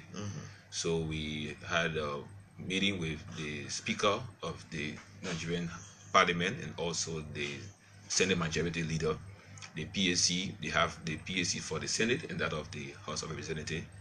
And then we met with them on their challenges, and we attended one of their public hearings, in the committee room. We also went to the EFCC, the Economic Financial Crime Commission of Nigeria, and they told all their success story, and we were amazed with the kind of success they have had with the power, to prosecute. That was very, important. And also, they also have a time limit in addressing of financial crime or corruption matter in their court. So that lesson learned from them, do you think it can be applied in Liberia? Because the issue of prosecution, does the PAC in Liberia in the first place have the prosecution power? No, what we have, you see, our process work is what they call the Westminster process, model after the British Parliament, where we get the audit report from the General Auditing Commission, and then we do an analysis through our public accounts secretariat, and then we invite those involved, the auditee and the auditor, to a conference we call a public hearing, and then in that public hearing they are made to answer to question and query that comes from the audit report, and after that then we do a report to the executive for onward action. The problem here is that, or the delay is the issue of the fact that maybe the fact that the executive is overwhelmed with a lot of things. How can you prosecute maybe the willingness, to do so, and also our court process, our court procedure. We got a lot of things on the docket and so forth. So what we'll be thinking about as a committee is to work together to come up with a report to plenary to see how we can work toward having, a corruption court or a form of court that will be able to fast track, corruption and other financial crime matters. One of your colleagues, Representative Francis Newman of Lofa County, raised a concern of recent that there have been a lot of reports before the Public Account Committee, and those are not being disposed of, and he's afraid that when new ones come in, it may just overwhelm people at the legislature. Yeah, it is true that have been backlogged, but since we took over in the 54, the committee, the PAC have been having public hearing. You will understand that at the legislature there are other committees work been going on, so we try to even prioritize, our hearing. Some of the issues we are faced with, and we're trying to work towards it and come with some other, strategy. It has to do with getting the witnesses to come. Sometimes you write the witnesses and they will have some other issue, executive issue and this and that. And some of the audit that were done, they are individuals. Some of them are there, some of them are not around, some of them have traveled, and so it's like you a lot of backlog. It is true, yeah, he's right, but we are working around the clock to ensure that we get the work done. Another thing we learned from Nigeria, which we're trying to introduce, we are recommending, and which our chairman of the committee of Senator JALLAH is considering also, is the status inquiry. Okay, what we observe now is that the GAC is a post-audit matter, So we conduct the public hearing in the post-expenditure framework. Okay. Now we want to be fit at the odd turn. At the odd turn, that is to say, in the process of the conclusion of the budget year, in a legislative budget year, we should be able to carry on some status inquiry to say, hey, you are giving this money. For example, the recast budget, we've had the pro component. Okay, the proper component. Component. What is that proper component? Well, it amounted to up to 11.6 million. That talks about the student wire fees, or the pay, or the UL, or the biometrics, the what do you call it? PSR and the private partnership school. PPC, yeah. They have money there for that to get some teachers regularized. We had a role, a critical role conditioning, from Ganta all the way to Zerju and so forth. We had the local tool rule. These are things that we're in. Okay.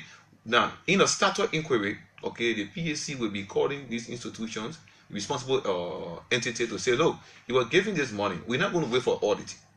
How far are you? Okay, what is going on? Are you meeting up to the target? You are giving this money to end in June 30th. Will you meet up the deliverables within that period of time? So that's the kind of statutory inquiry that we have also learned from the Nigerian side. Okay. And also we have professors that came from Ghana, and also from the Canadian Institute. They are all, African, and they also share experience on the public account issue. The national cake is before you, the legislators. I mean the budget.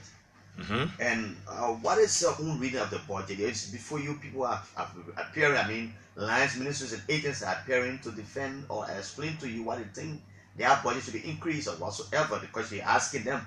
And let us know your candid opinion, or let us know your candid reading of the entire budget. Well, the budget is at 562 million United States dollar, and it also has what we call first of all, I want to bring to our attention. From my point as a member of the Ways, Means and Finance Committee, I'm looking at the budget from a holistic standpoint.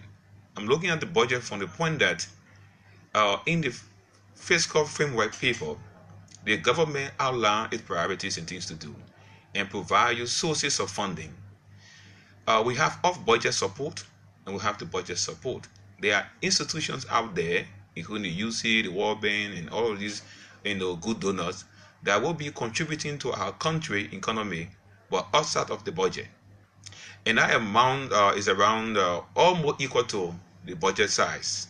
Now, they are also focused on 11 sectors of the budget, ranging from public administration, rule of law, going down to municipal basic social services, and security, and commerce and trade. So in that portion, we're looking at what is coming from outside to be infused into those sectors, and what government is going to infuse into the sector. We'll be concerned about duplications of action. For example, in the area of public works, road and other services, you have the government supporting, you have international support, some are in loans, some are grants. We're looking at that aspect to avoid duplication. We will be concerned about the A management unit or the debt management unit of the Ministry of Finance to provide all details of the outside funding that will not be going to the budget. And also matching them against the actual budget or numbers that come from the various entities that are concerned. The other issue is that we'll be looking at priority areas. For example, the education. As part of the budget, I'm clear about that. If I don't have the vote, I'm hoping that I will have the vote. My other colleagues have like minds, and they are in the same direction. Look at the education. We're talking about spending money up to in the PSRP, that's the public sector investment project, spending up to $1.5 million for schools, rehabilitation of schools, and bringing them up to standard in the laboratory and libraries. And we are saying 7 schools. In the Republic of Liberia, we are saying no. It should be at least 3 high schools in each county in this first budget year.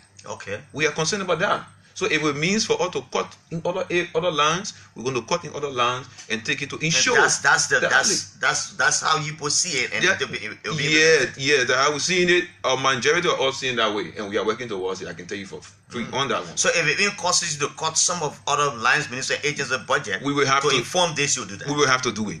We have to do it. we also have to look at the issue of health. Okay. It is true, yes, indeed, there the money in the health area, there are also outside funding in the health area, but we also think that we need to add up so that the issue of health worker benefit and other things can be addressed to some level. You see, there are times the money may not be much that you gave, but the fact that you attempt to address the situation, it brings relief. Your intervention initially. Yeah, it brings relief because people say, oh yes, at least something is being done, and then hope for the better. Okay, agriculture. We are concerned about direct support to county in the agriculture area. It's not about feasibility study and this one. Yes, we get carry out done a lot of other work now. It's about time that we try as a people to infuse into our counties, especially those counties that are endowed, with the resources in terms of the natural, vegetation that are needed for agricultural activity. Bond County, River G County, Sando County, Grand Crew County, you know that. So we are saying, look, we have to cut somewhere and put it in the agricultural budget and let it go to specific agricultural production activity that people can see and show. Say rice, say cassava, say something that a county can do, and that will provide employment. And another area we look at the county development fund, which in our previous budget law it was 200,000. You know that, eh? 200,000 per county. And that was I was coming to. It has been reduced to 145.666,000 in this current budget. Yes, I don't know who did that. Maybe it was a mistake. So we said no, we gotta restore that. We are concerned when we get the expenditure aspect. And so that, but the county development fund, mind you, somewhere where you were used in a very unwise way, even though it was a good initiative, but up to now there was some audits being done on the county development funds, and some people were held liable. Don't you know they are being audited done in various government ministry and agency? Can you just shut the government down? Shut the government down. On the IA, Internal Audit Secretariat. GAC audit, there are a lot of reports that came up. Do you know there are reports that came about with NOCA? Close NOCA down.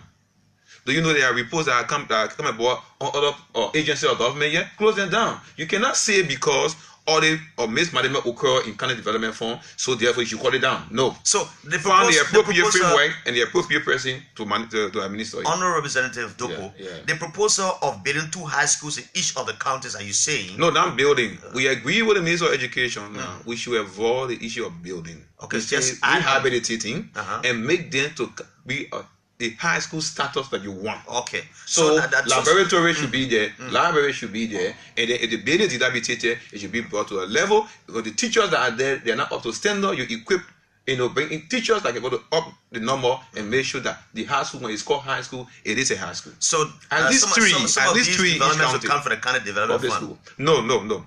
Ministry of Education budget. Yes. County development fund, according to the budget, the guidelines, the people will decide what to do with their money. Now, the budget is a projection. It's not a money laying down somewhere. Now, I heard you talk about money that comes from outside sources. Yeah. What we're saying is that we have estimates from outside. Okay. Those inflows that come from donor agencies, some come in the form of grant, some in the form of loan. They are estimated around 595 million. Of which I think about 55 million be going to direct budget support. Okay. What we say is that in each of those sectors that the money will be coming, though not coming to the budget, we want to avoid duplications of activities. Okay? So it will be important for us to streamline sector by sector what is coming from the outside to the health sector and what the government is saying. Are there duplications? We need to understand that. Okay. The area of public works, you say you want to do road. What kind of road? Where is the road? In the budget has bridges. It was very clear on the bridges, but for the road, no, it's not clear. There's a line in there for road fund. Well, how are we going to use the road fund in there? Okay, we got to be clear on that. Yes, so that's the point. They have to answer the critical questions so that if they are carrying on the development, it will be clearly online that you're going to do this, you're going to do this in line with time. Obviously, our function is also value for money. You're not going to chunk figures to us at the legislature, and you think that we're capable to provide an alternative budget. Mind you now, the appropriation function of the government is the legislature. We only gave you the opportunity to provide your proposal, the way you want to run the government, the way you see it, and then we will appropriate. We have the power. So we are telling you, majority of us, I can tell you for free, and I think I don't believe that any of my lawmakers will disagree with me when we talk about getting at least 3 public high school, upgraded in the counties, getting the support for health workers to improve, at least make an attempt to improve their benefit. I don't think we'll talk about direct agricultural support. I don't think they'll disagree. Many people think it's laudable. I think the issue will be, how are we going to do it? And mind you now, I have served before as a technician on the National Projection Committee of this country, 2008-2009. I also served as controller, deputy controller at National Port Authority, financial consultant, and acting controller. And I work at the Ministry of Finance, also in the expenditure and other areas. So we understand, and we have people in there who also serve. There's Dixon Sibo, the Hassan Kiazulu, and a lot of people understand in the situation. And we are working around the clock. And our colleagues, on the various committee, the PAC, the Ways Meeting Finance, and other statutory committee in the House, they're also working with us, and we're making sure. Currently, we are doing the revenue part of the budget.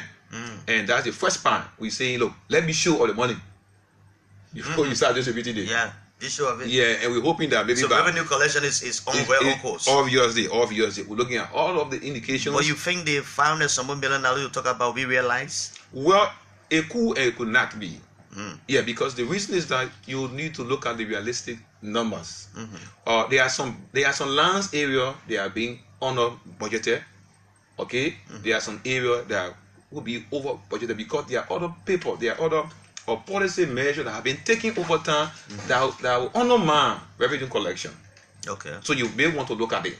So on the basis of that, for example, there's an act called FADEL, Forestry some Development Act that was passed. Just imagine during the time of election, and that act it gave waiver retroactively, of money on or surface rental and other or FDA related fees that should come to the budget to delay it for 3 years. Imagine. So it reactivated. It undermines revenue collection. I just want to let you know.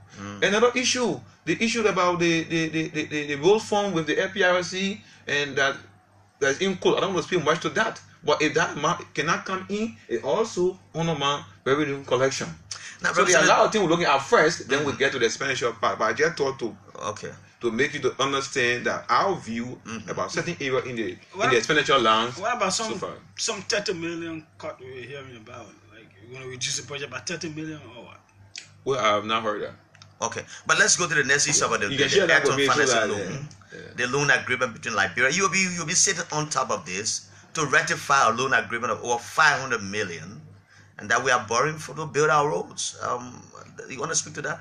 Well, let me establish that it is my responsibility as a lawmaker to ratify the loan provided it meet up with some basic standard. What are the standards that you want to be? One, I need to know, I need to be convinced as a lawmaker that the loan, the money that is coming, does not violate the issue of illicit financial flow. It says a money that is good for Liberia. I don't need a colleague of mine. I don't need anybody in the executive to just come and tell me, "I made that thing Google and pass it." No. I need to be clear with my conscience and the questions I ask and the answer I receive. Is this money not in violation? Because when you go for a credit, you got to be clear about the money you want to take. Is it not illicit financial flow? If that's certified, that's one. Why are you thinking that way, first of all? I have to think so many ways. The money is not government to government loan. Okay. So I have to think so many ways. It's individual, that businesses. I need to protect my government, protect my president image. Because that presidency, should be an area, of infallibility, in a sense. You know that office. That's what you do all to protect it, the office. So your advice you give. Now, if the president, we all love to see, for Southeast now, let's be clear. I want the role. In fact, I want it ASAP. You get it clear? Does that mean that I should rush with it? No. I have to be convinced that I'm protecting the image of the presidency in the Republic of Liberia, the legislature, and the government as a whole. So that's my first question. So the FIU, the Financial Intelligence Unit, in my mind, we have to play a part when we are discussing. I'm recommending to my chairman on Ways, Means and Finance, and also to my colleagues in plenary that the FIU will have to have an opinion on that one. The second issue, we have to know in relation to the sovereignty, the sovereign risk associated with the loan. Now, it brings in the central bank.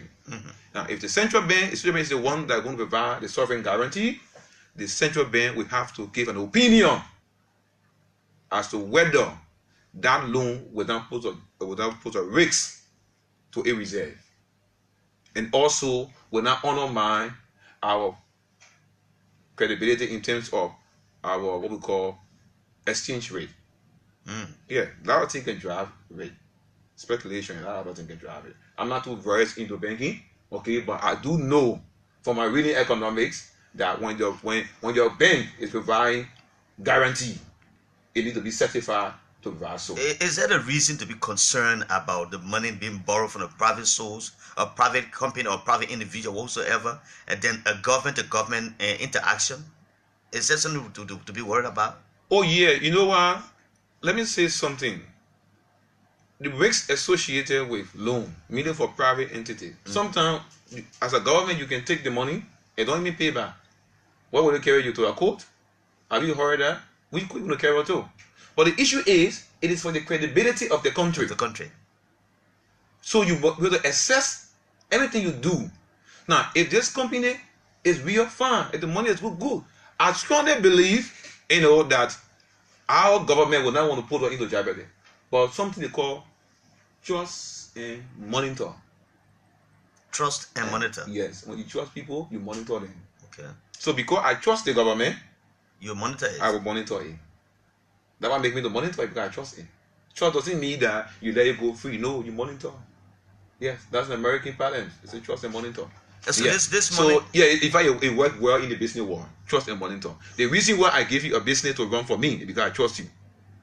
It doesn't mean that I should not put you the accountability. I trust you that way. I know you can get it done. And so that's why I should put the accountability and say many politicians, including those from the Unity Party, have raised some concern. I listened to Lavia Giddens, former Deputy Minister of Public Works, who has raised an issue of transparency about the acquisition of this money. When it comes how it's being managed, and all of these things are concerned because it is a cash sitting somewhere in the central bank. This is the first time that if that money is gotten in the period of 6 months that you have $500+ million. Well. Forget about the size of the money, but match it with the size of the project. It is the first time for Liberia to borrow money, or it is the first time for Liberia to borrow money for a big project. Isn't it so? So what about the transparency in the other ones that were smaller ones? It's not an issue of doubt. It's an issue of asking the question and getting the answer. Because that would mean you got some of the answer, you still not clear. Yeah, but ask the question first. That's why it is our role as a lawmaker for us to ask the question. So I'm saying to you in the public that these are the reason why I will help rectify the loan in my vote. One, I just spoke about the first one. I bring FIU. They will have to give a professional opinion. The central bank will also have to give an opinion because it is one that providing the sovereignty, the guarantee. Then I go to the next issue. The loan has into a company or group of companies that will implement the project. And that's one of the concerns that's been raised. The public concession, or they call it the Public Procurement Concession Committee, headed by Honorable JALLAH, will also have an opinion in my mind. Because I have to. Why should you have a company in it? I have to be covered. This loan is not Ministry of Finance taking the loan. It is government of Liberia. That is why we have these institutions as our watchdog. So for the legislature to rectify the loan, they should have an opinion. And then the opinion means that through the bidding process, is that what you mean? Because when we rectify the loan, it's like a law. You know that? Of course. So it becomes a precedent. So they have to tell us, is it the right way to do it? Because that's why when the law is passed, the procurement law is passed, they gave you now oversight as the head of that entity to implement it. So we are calling you. I'm concerned, Honorable JALLAH, you know that. Honorable Dopo and other colleagues will be concerned about your opinion on this loan. This loan is good. It is sweet for us. We really, really want it. want your opinion.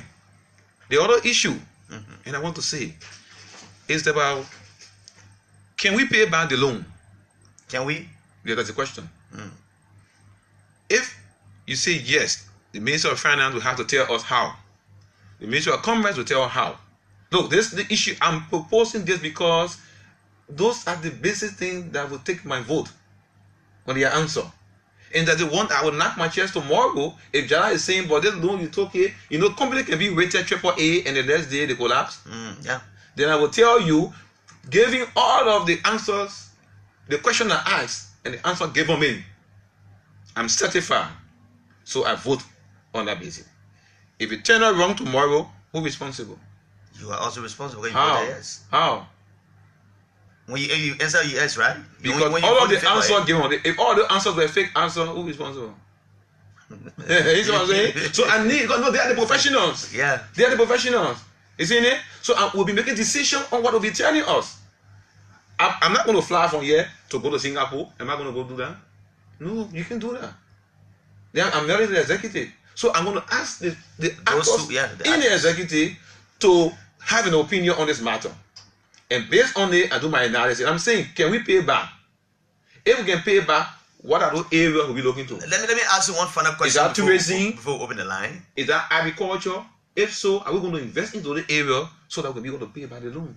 Let me just ask you this final question, Mr. Dopo, and it's a very frank question. And from there, we can take a few calls and close up.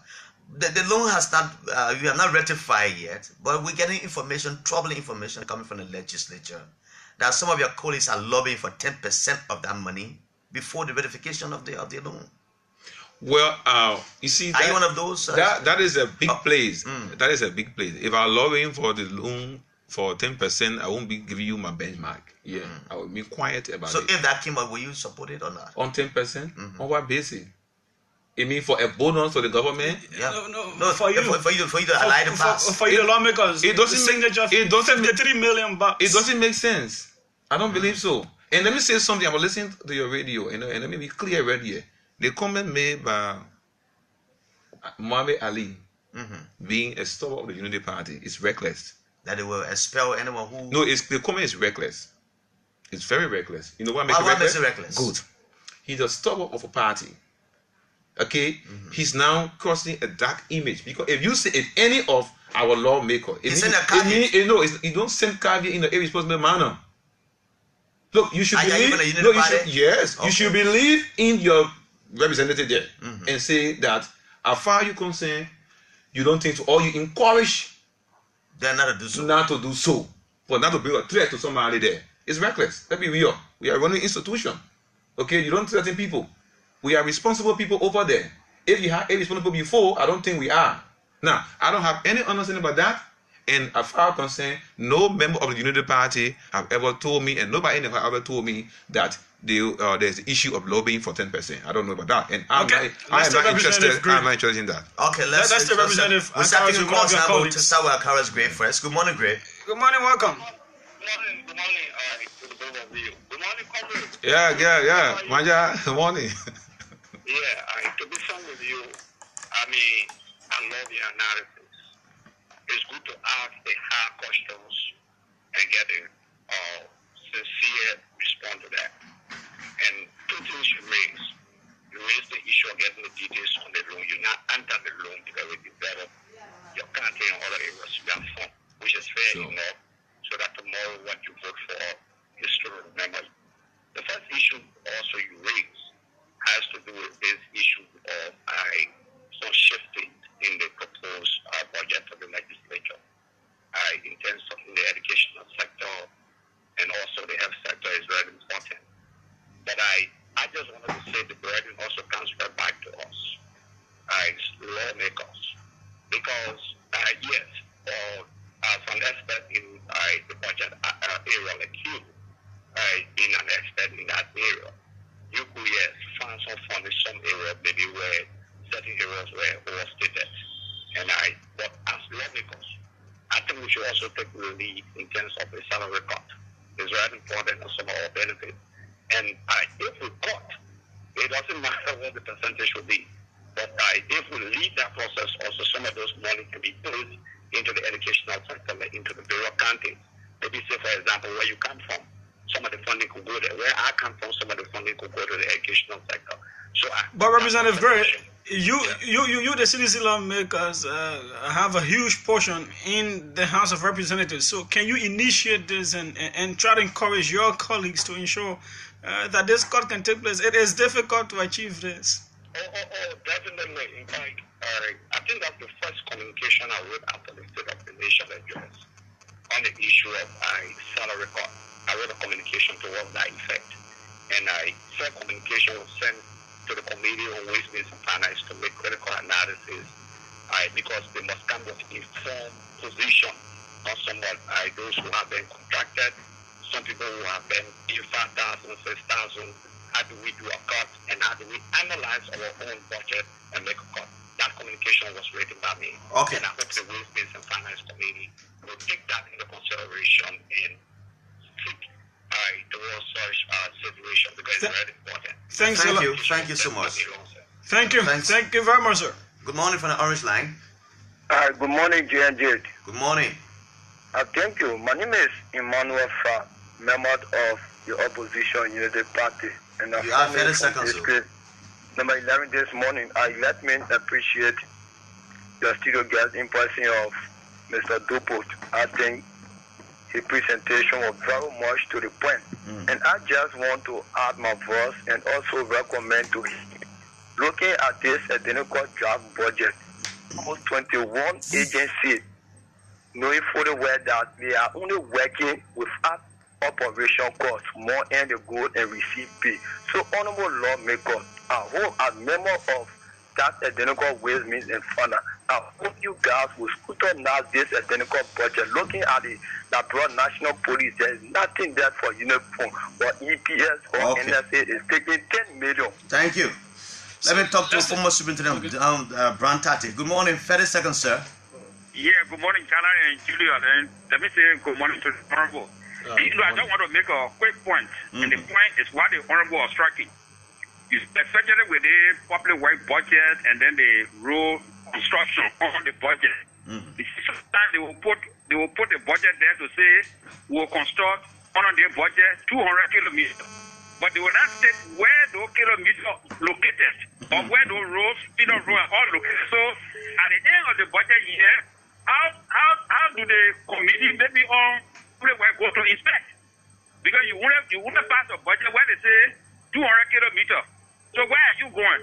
So this time the public works ministry should be able to specify that in the county will do 2 kilometer roads, in the other place will take them time to to review the budget, and then you go to the budget for payment, it will be all right. Thank you. Thank you, Mr. Brown Tati. Good morning, welcome. Good morning, Judah. Samuel Magero, go ahead, let's hear you. Thank you so much. Thank you to the studio guest. Thank you. I want to say that we led terror protest against the 50th national legislature for passing very bad agreement. We hope the people to do justice for the Liberian people and posterity will judge them right. We are hearing that 10% is being act. That is devilish. That is legislating gangsterism. That is legislating Talibanization. It is unacceptable. If that occurs, will lead if anything action against the national legislature in the interest of our country. This must stop. This country need to be developed. Mangel, thanks a million. Thanks a million. Thank you very much. From the Lunsa line, good morning. Achi Sano. Yeah, press that, please. You see, JALLAH, I think last one, I don't know, it was today myself, you asked me the issue of the senior loan issue. I said, it is good to take loan, but we have to be mindful. And our government is owing so much money, so we have to be very critical. And when you see that the money we are asking for, the first thing we should bear in mind that central bank does not have that quantitative liquidity as reserves as we speak. So for any investor that want to loan all money, they are going to take it into consideration how their money going to be paid back. I think there is a smart thing that company did, giving us the money and they following behind the money, in the sense that they want to carry on the contract. When they carry the contract, they get the money back. And at the end of the day, they get an interest rate. So in 15 years, we'll be paying hundreds or more million interest. So the company that is in a loan agreement, is that a company that is, are you insinuating that that company belongs to the borrowers of the money? It may be a subsidiary to that company. Almost you got a bigger company there, you got a small one there to do other service in order to make money at the same time. They got intercompany, they got subsidiary and what have you. Thank you, Achisano. Yeah. So when you see these things happening, it is all about that's what I told people. As long as we don't have the liquidity, quantitative liquidity amount, we find it difficult for them to lose up because central bank will always have a guarantee for government. Okay, let's take this one. ANC, we have a resident analyst, Let's take you first. Yeah. And JALLAH. Good morning. 30 seconds. I'm not much surprised for the issue alone, and I want to thank you to Super for the analysis on the loan issue. I also want to say that when you start the government with the footing of legal aid and breaking of laws, obviously they will have to go to the conclusion of the same thing of breaking a law. I hope the lawmakers understand who are the people's representatives. Thank you for what is occurring in this country. And do the intelligent things for people and will not want them to judge or to be judged on the basis of prior representation. We believe that this representative, those lawmakers can do the appropriate things for us at this juncture, just as that people did it for members of the church, and then we have to be elected. So they should do the rightful judgment for us so that Nigeria is safe. Thank you. ANC's so let's take one of our resident analysts who always hear of us, Mr. Sarah Zewe. Sarah has dropped the line. You can call back if you wish. What? No much time. Let's get to the final caller. Good morning from the orange line. Yeah, good morning, JALLAH. Good morning, Julius. Good morning, Honorable Dopo. Good morning. Yeah, thank you. This is Cooper Pathway, and I called from the ground, the capital this morning. Pastor, welcome. Honorable Dopo, I listened to your articulation this morning. You spoke well. But I, from the United Party standpoint, I want to consult all of our lawmakers. Because we criticize the legislature as it relates to taking bribe and other things. But because the integrity you guys came to the legislature with, we chose the ability to represent the Liberian people. Okay. But appealing to you that anything other than representation of Liberian people, you guys should not accept it, especially for the United Party. Thank you. That's good. So, Honorable Dopo, quickly, we have to leave here. Yeah, okay, so Honorable Gray, my colleagues, talk about the issue of salary cut. And let me say something. I'm not just only concerned about salary cut. That will not speak to the truth or the reality of supporting the other sector. But we also have some facts in our own budget at the legislature. We are also looking into that too. So let it be clear here, it's not just, we don't use salary cut as a scapegoating method. But there are other fact elements of our budget we need to look at. Let me just pause there and take Honorable Vincent Wille from Grand Bassa. Representative Vincent Wille, let me just take him quickly. Good morning, welcome, sir. Good morning, JALLAH, and let me say good morning to the peace-loving people of Liberia, and good morning, Honorable Francis Say Dobo. Yeah, Honorable Vincent Wille. Let's say, sir. Well, let me quickly say thank you very much, Honorable Dobo, for the contribution on the breakfast you're giving us this morning. And JALLAH, let me be clear here to support my learner colleagues that whatever decision we will take in the Capitol building there, as we've been doing, as we started already, most especially as young people who believe in the productivities of this nation, moving our country forward from where we came from and where we're heading. We have been part of the struggle. At our earlier age, we saw what happened in Liberia. So we're not just going to take a decision, like Honorable Dobo said, that will not be in the interest of our people. Okay. So we have been looking at that agreement, and there are a few issues that we have already flagged, and we are aware of that. There are a few things that we know that need to be looked at. If it will be in the interest of the people, we will present it to our people. It will not just be thing we wake up one morning and just also say one. No. So, Honorable Vincent Wille, so in short, the 10% we're talking about that some of your colleagues have been asking for as a precondition to ratify this agreement, you will be against it.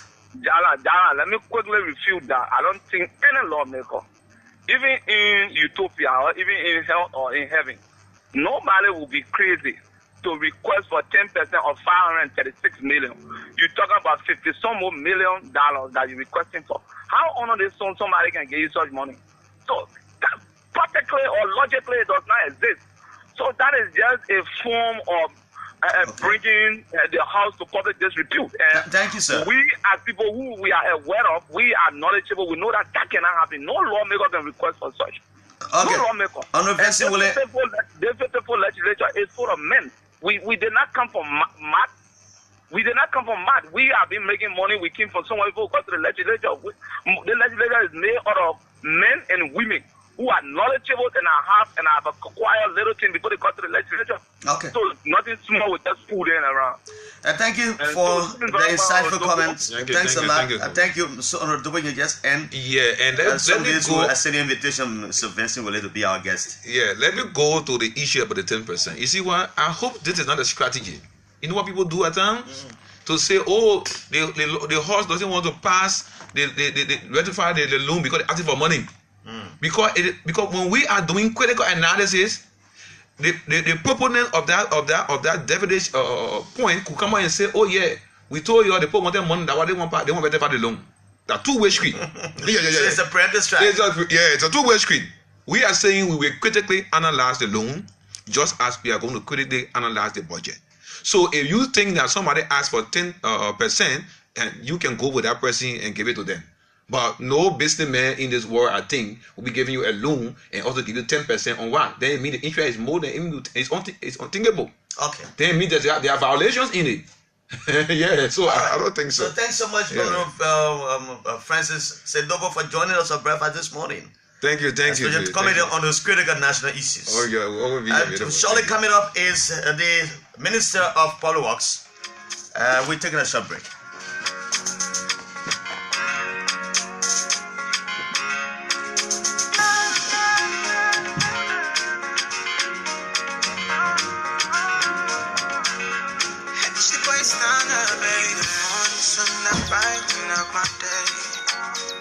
I'm in love with you, and girl, won't you stay? If I tell you I'm in love with you, tell me you feel the same. So stay. Baby, you know that I want you, and I will never ever break your heart, though. Baby, you know that I want you, and I will never ever break your heart, though.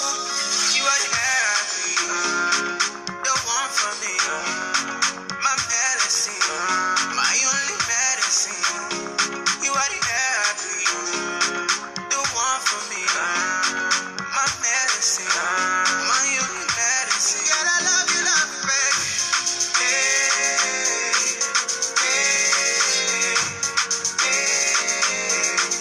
God, I love you, baby.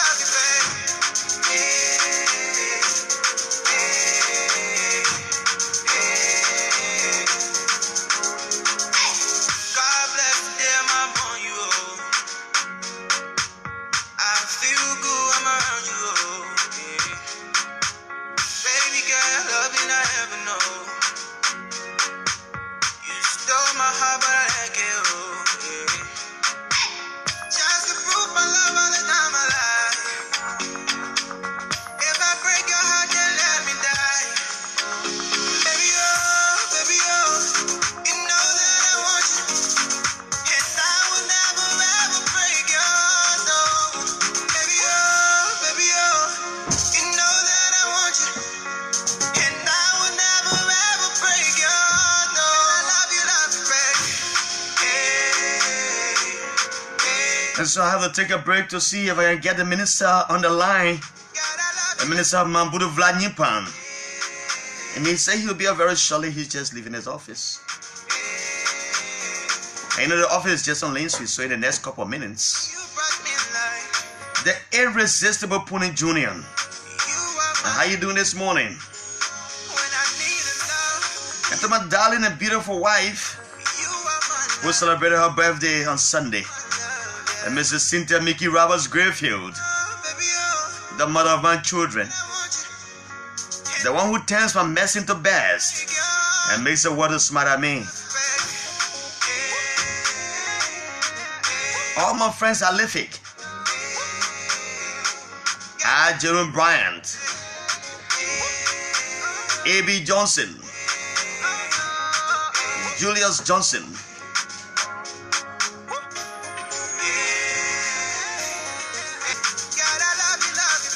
Koubas. And this refer himself, Mr. Pippi.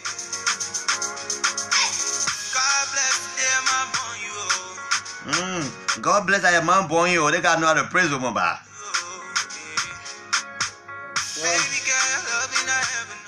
So the followers minister is just around the corner. Yeah. And of course, as we rumble into another very critical and crucial aspect of our country, talking about public works, they are the biggest pro ministry because they deal directly with development issues that confront the lives of the people directly. So that's what makes the public works very crucial.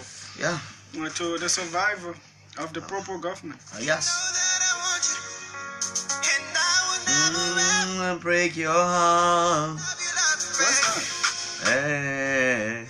Julius, is I want you to see? And Miss Princess Goba. My friends at the Press Union of Liberia, PUL President Charles Coffey, Daniel Nyankona, Shirley Wilson Flomo,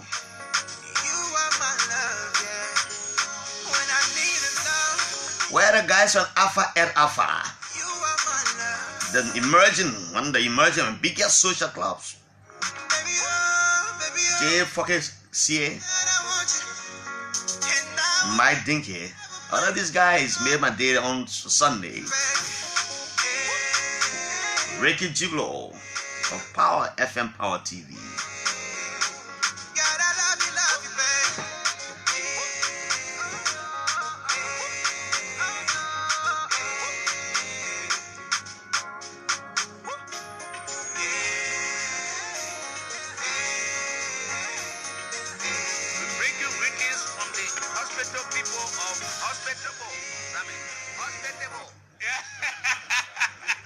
I'm sorry, we bring you greetings from the hospital people. The hospitable people, that was joke. The hospitable people of district number 17. Hospital people.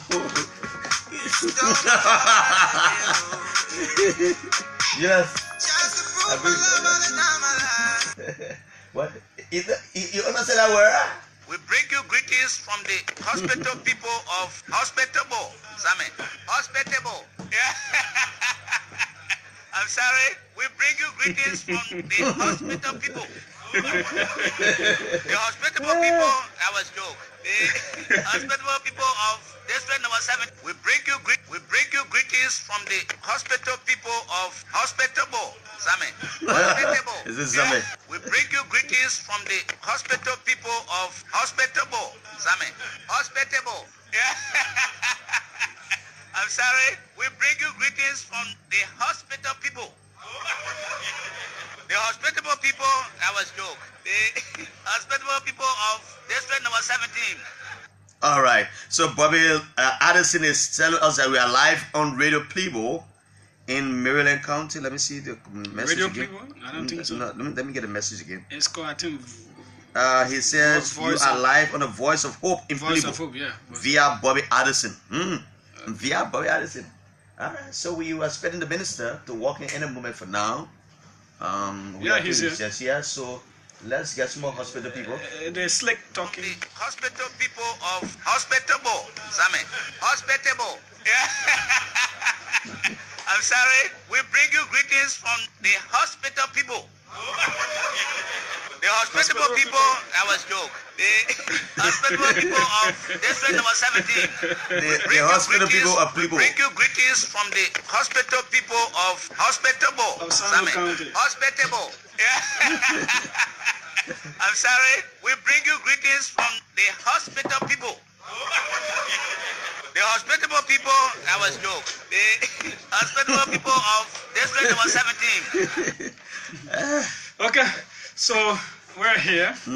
Welcome to the final lap of the OK Money Rush Hour live on www.okfmrr.com. Also, we're live on Facebook on OKFM Liberia page. We are honored for the first time after the elections to be playing host to somebody who was regular here during the course of the election. But this time around, he's unofficial. One of those pushing the pro agenda of the Liberian government. Mr. Minister Mabutu Yempan, welcome. Well, thank you so very much. We are happy to be with you this morning. I'm sure I've been here since the elections. Yes. I'm saying us on our show. On this particular show. Okay. I know you were on the afternoon conversation. Okay. Yeah. So it's good to be with you this morning to discuss about our common patrimony and to discuss about the works of the Ministry of Public Works. How is the Ministry of Public Works? It's a very big place. Always populate a whole lot of people. Yes, certainly a big place with a big challenge. It's okay. Like I've always said, we have a motivated workforce dedicated to duty. We also have a group of public officials who are at the ministry prepared to work overtime to be able to execute the mandate of the ministry and to push forward the agenda of change on which this administration operates. Well, since you got that, we've not heard any noise about targeting people, removing people here and there, bringing in confidence and all that. Oh no, certainly not. What we've been doing, the strategy which we have adopted at the ministry, and I'm glad that even my deputies and assistant ministers are also in tune with this. We try to incorporate whether you are an old employee or you are a new employee. We believe that our mandate is one and the same. And so once you can contribute effectively to that mandate, then of course you are a member of the team. Okay, so Liberia's infrastructural challenge is extremely huge, and we don't even need to mention if we need to catalog exactly what it is. How do you intend to really start tackling these challenges? And Julius, you are right, very, very right. The infrastructural challenges of our country, especially in the road sector, roads connectivity, the challenges are enormous. Sometimes they are seemingly insurmountable. But we believe that with an organized plan, we believe that with the requisite support from His Excellency the President and with the requisite assistance from bilateral institutions, from friendly governments, from lending institutions, and in fact from government's own revenue, we will certainly be in a position to redress some of the challenges which we are talking about. Our country, Liberia, I've always said, has over the years neglected some of the vital sectors that are necessary for socio-economic growth and development. We talk about the road sector. You know, whenever I reflect on this, Julius, for me it's a sad story that Liberia, our country, which is said to be about 170 years old or more, that roads, the most of the roads in our country are still unpaved. The most of the roads in our country are still very, very hazardous, very, very dangerous. And we are still talking about connecting major capitals. And that is the reason why we must emphasize on this. Our total road network in Liberia is just 11,000 kilometers. Our total road network, 11,000 kilometers. Of the 11,000 kilometers, we have under 1,000 kilometers paved. Under 1,000.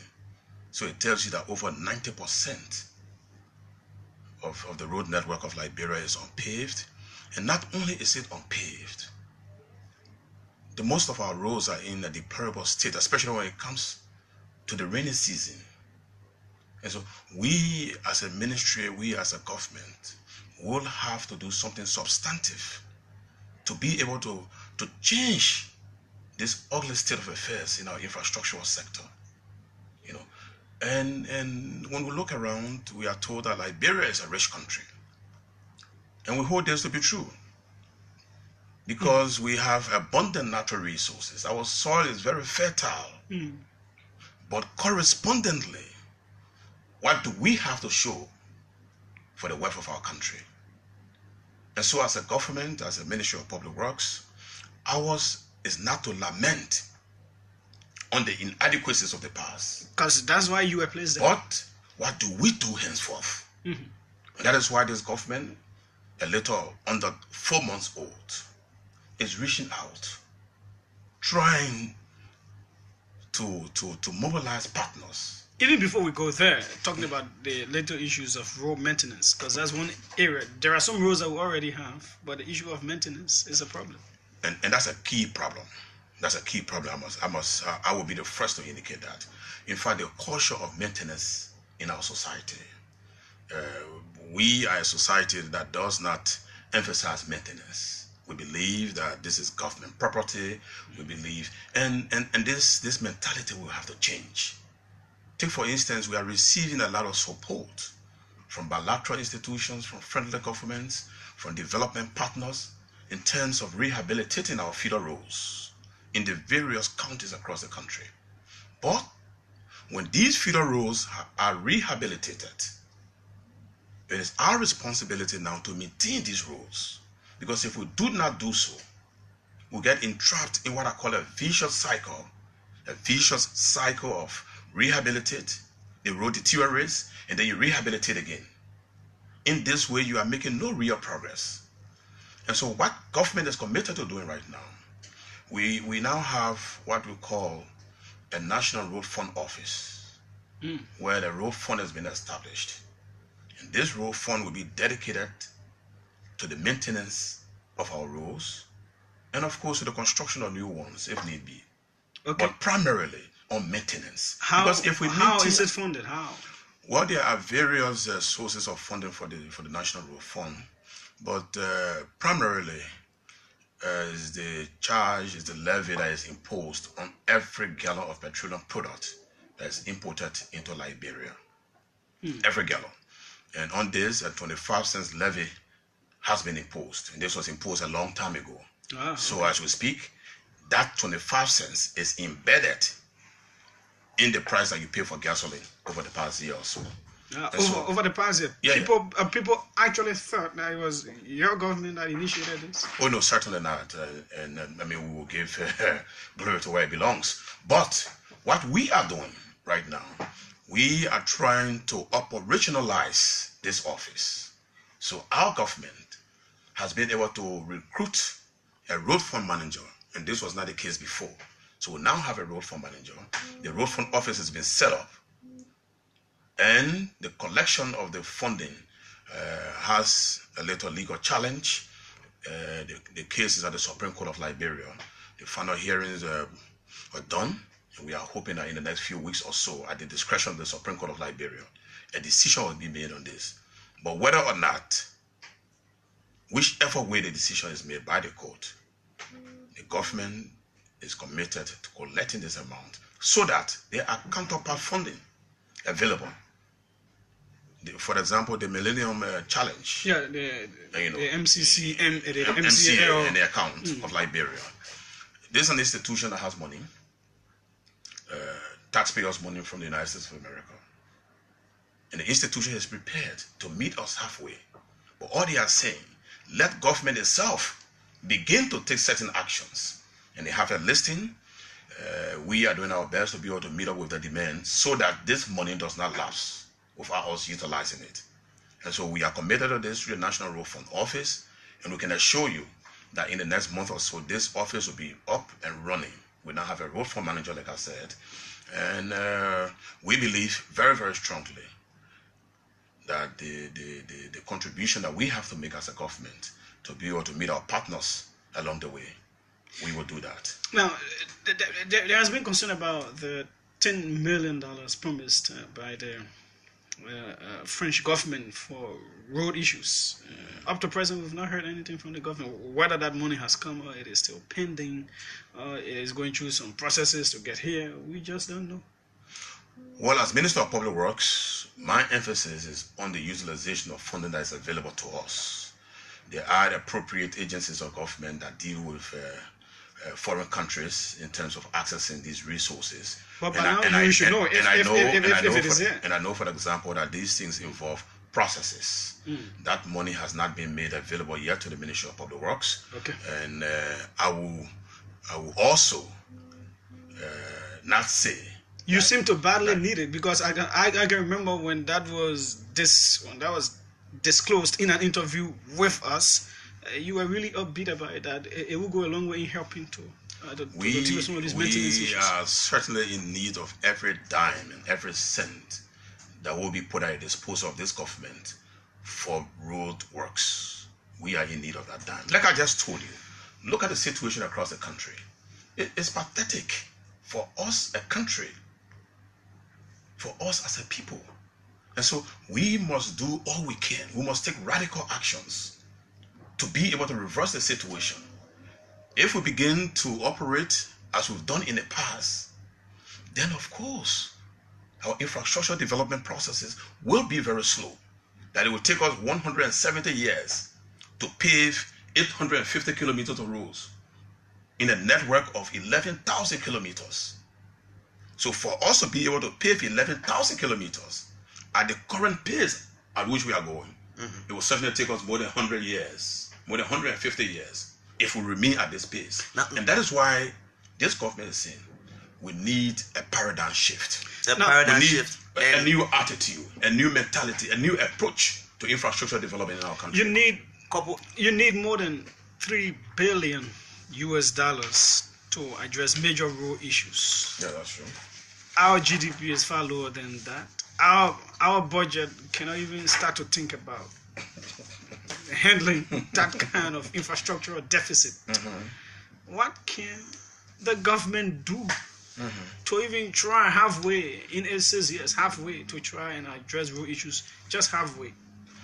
No, and that's why all of these activities that have been planned, this is the intent and this is the goal, that we will be able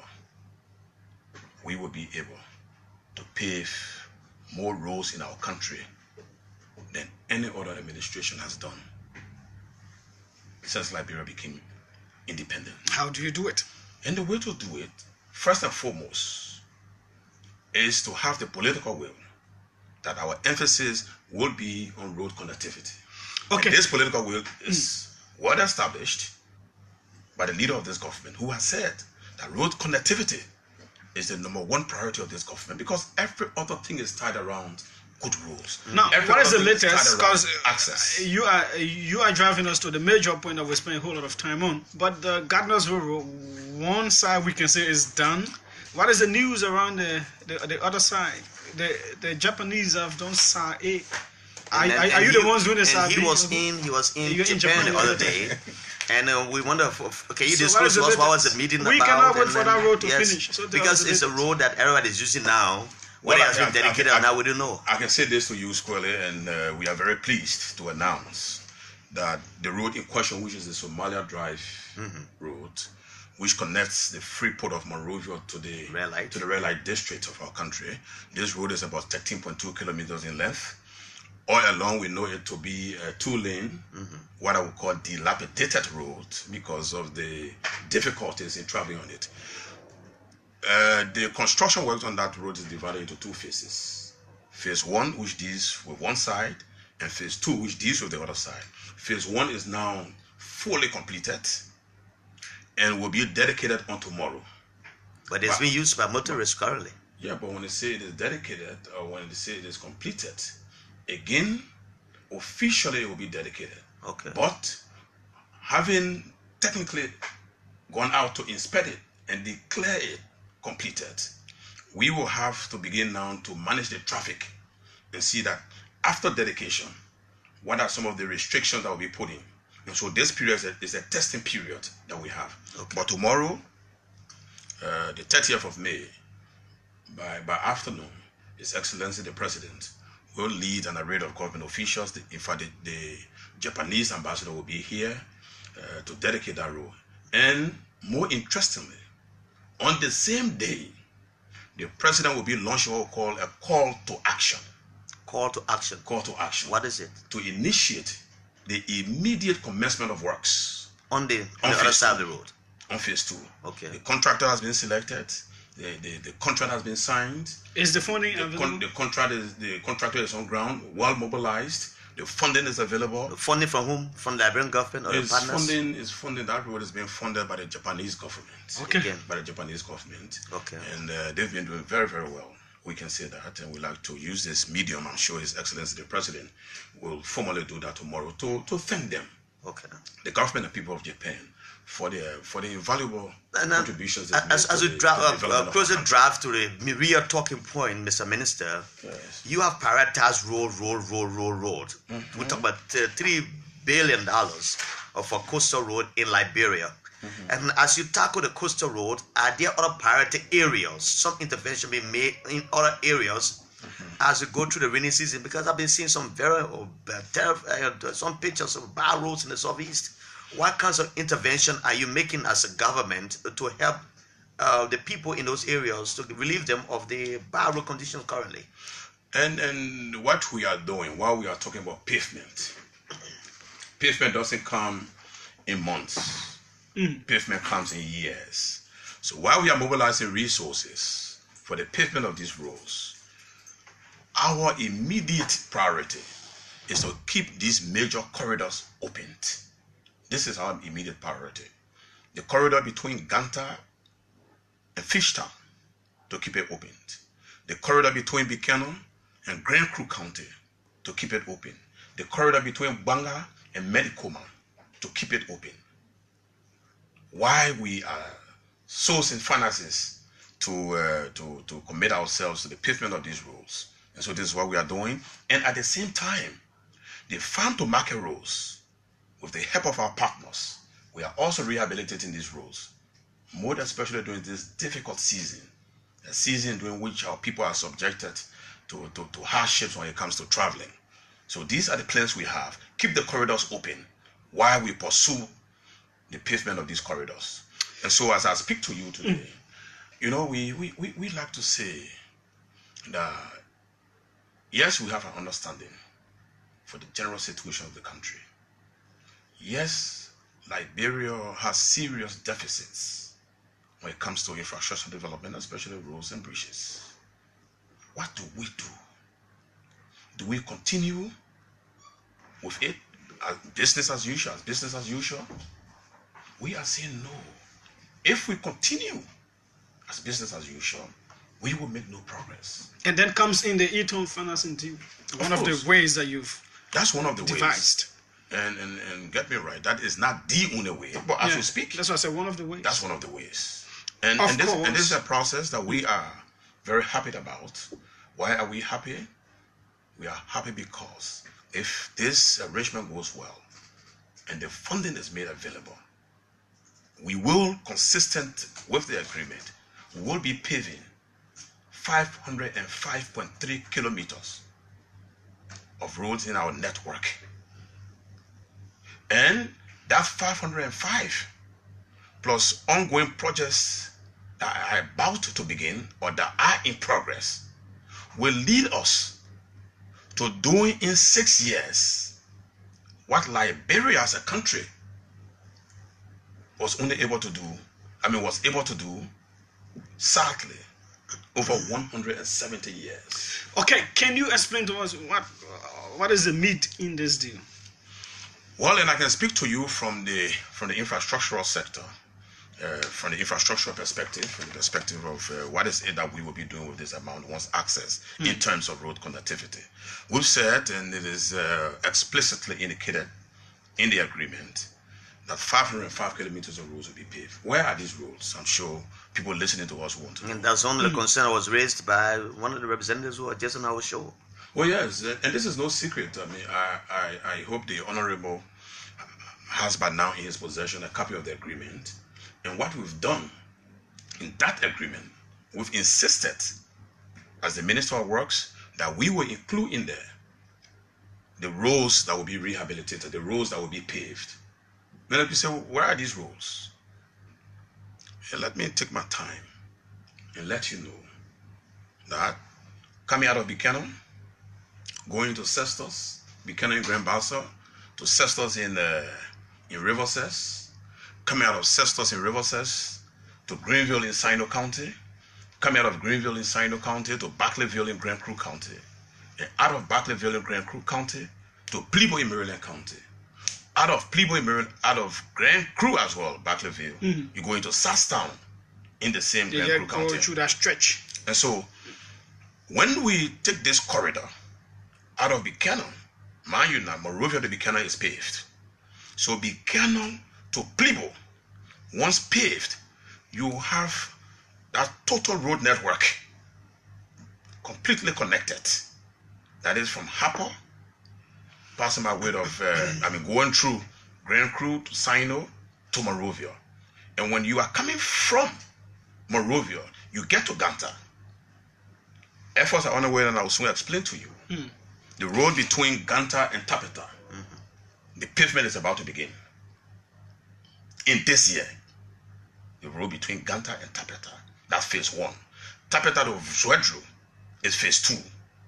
Then, of course, you have the African Development Bank project coming out of Fishtown to Maryland. So once these roads are completed and the $536 million is accessed, what is the situation?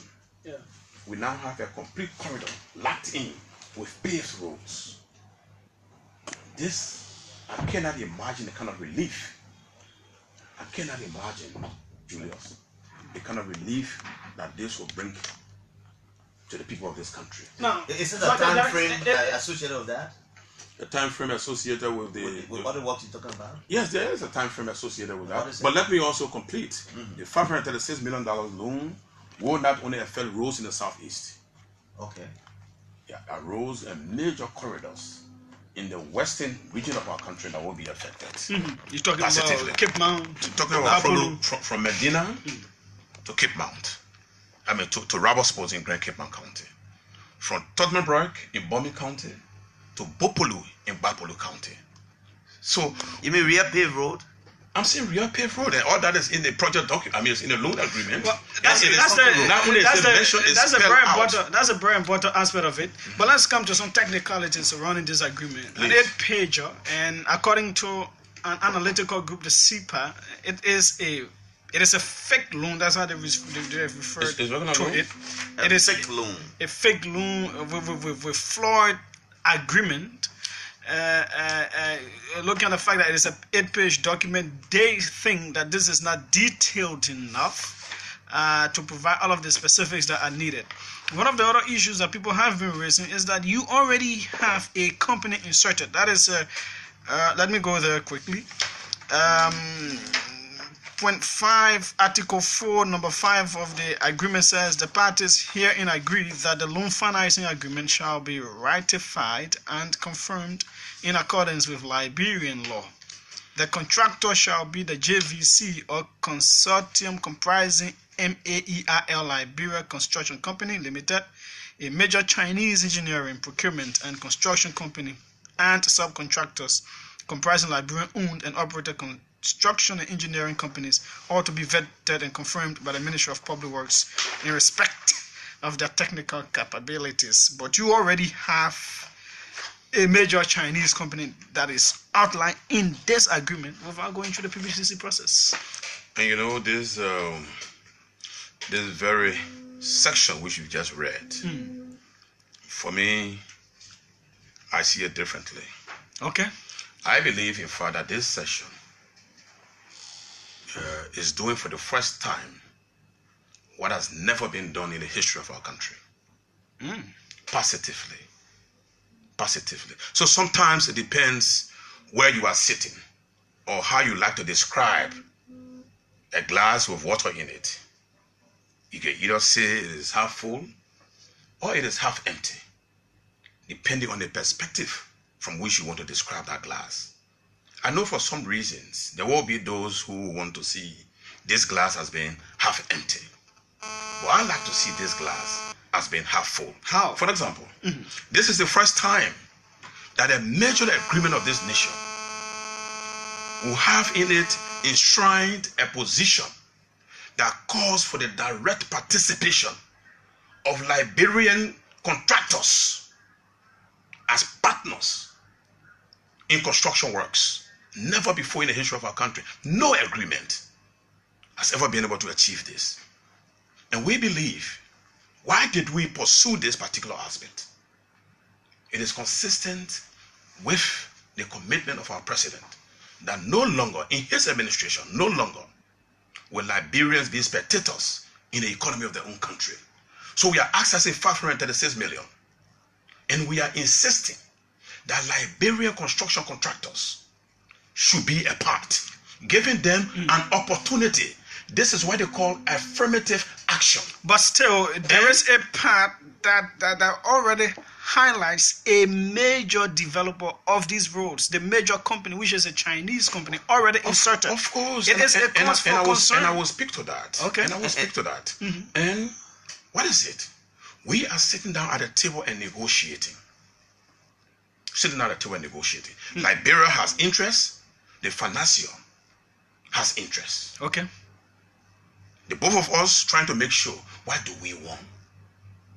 Liberia. The financier has interest. Of course, yes. He wants to get his money back. You think somebody just gives us the money? But the man who gives the money to come and do the work, he wants it back in terms of contract. Maybe you're talking about, I need to define the interest I'm talking about. Okay. All of us sitting and negotiating. We have interest, they have interest. Even how the works will be done, they have interest. Even how to ensure that the money is used for the intended purpose, they too have interest. Because all of these factors tie in to the repayment of the loan. If you have a failed project, and gentlemen, in this country, we've had examples of projects that were done in a way where interests were not protected. And when I say interest, I'm talking about general interest of those who are involved. Were not protected. Like, I'm reminded about the loan in Lofa, the agricultural loan, the agricultural commitment from the financing commitment from Libya that went to ADA to be able to execute this agricultural project in Lofa. That's something all of us know very well. Today, we are looking back on that as a failed project. Because it was being managed by an individual. These are the concerns we are raising. And so we are saying that, look, whoever is the technical person, whoever is going to do this work, will have to be vetted by the Ministry of Public Works. You must be vetted by the Ministry of Public Works. But at the same time, we try to provide an opportunity to open doors for Liberian construction contractors who may not be as strong. I'm concerned. No, sir, I'm not sure you're really getting. What is the point? What my point is. The question is, according to the PPCC law, you're to vet people who should do all of these kinds of work. People should bid for it. In this instant case, you have someone earmarked already. There is already a person earmarked in the absence of Liberian law.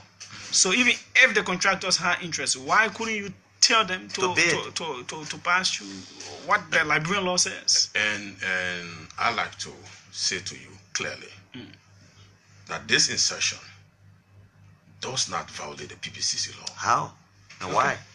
And I like to go on record and say it does not. Can you expand on that? Yes, we can expand on that. And that's why we are in this studio.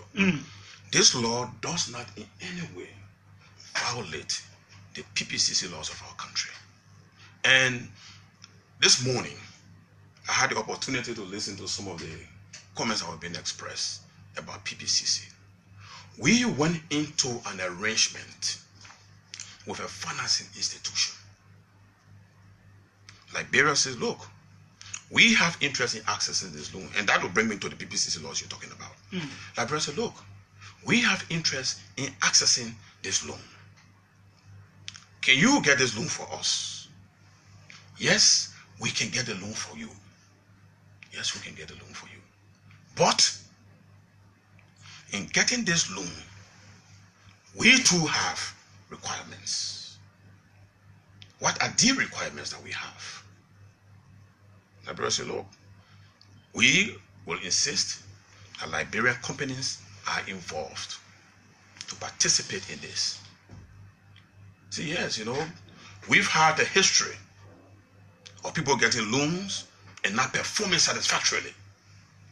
And in the process, repayment becomes a problem. And our interest is to also ensure that the project is executed to the letter.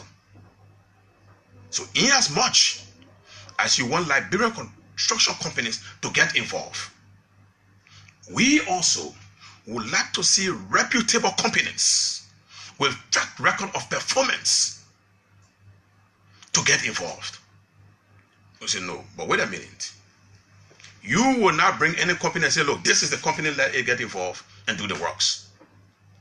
The institution of government that is responsible to certify construction companies will subject that major company that you are bringing, which you believe will implement the works to the letter. They will have to be subjected to scrutiny in terms of their technical capacity as expressed by this document. Now, how we're going to do the scrutiny is something that I believe those who are dropping the gun and criticizing must now give us an opportunity to see how the scrutiny will be done. Did you see the name? No, come here. To say John Y Company or WX Company? No, you didn't see that name there. The Ministry of Public Works now has the responsibility. And that's what we call the vetting process. Hold on, Jallah. Still on I think this is the most controversial part of this whole thing. Oh, okay. Because the contractor shall be, it is in the agreement I have before me, the contractor shall be the JVC or consultant comprising MAERL, Liberia Construction Company Limited, a major Chinese engineering, procurement, blah, blah, blah company, and subcontractors, all to be vetted and confirmed by the Ministry of Public Works. All to be vetted and confirmed by the Ministry of Public Works in respect of their technical capacities. Yeah. So nobody's going to get it. So if I'm getting your point, though they have proposed this company in this agreement, but they are still supposed to be vetted to go through a process. And then we can leave that aspect and go through a process. This is what we are saying. And go on to because there are people who are raising concerns about the viability of this company. That the viability of which company? The Eaton Group. That it is not really existing. They don't have a website. Besides, it seems as though they came back together after they were delisted by Singapore just because of this loan deal, and they've now gone to Hong Kong. No, I don't understand the point. Therefore, what may happen? Therefore, they may not have the money to give to us. People are questioning the financial flow. Well, this is it is not people having dirty money that they want to clean up, and so they pass it through a loan process to Liberia and all that. And so what we have done as a government, like I said, considering the deficits and the gaps that we have in our infrastructural sector, there are various means through which we can address these deficits. And one of such means is to be able to access loans that will address the gaps. So in this particular situation, we are now working to access 536,400,000 from Eaton.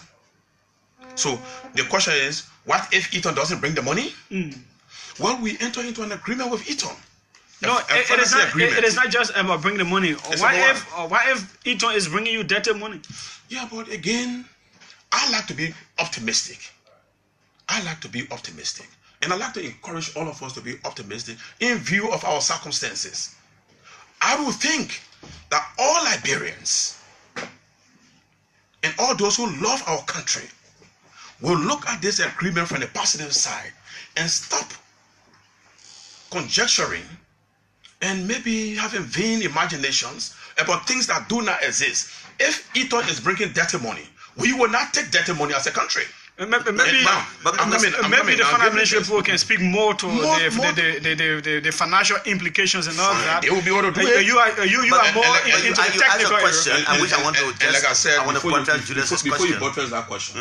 Like I've said in the very beginning of this interview, as Minister of Works, we have been able to access the status of roads in our country. And we think that they are in a sad state.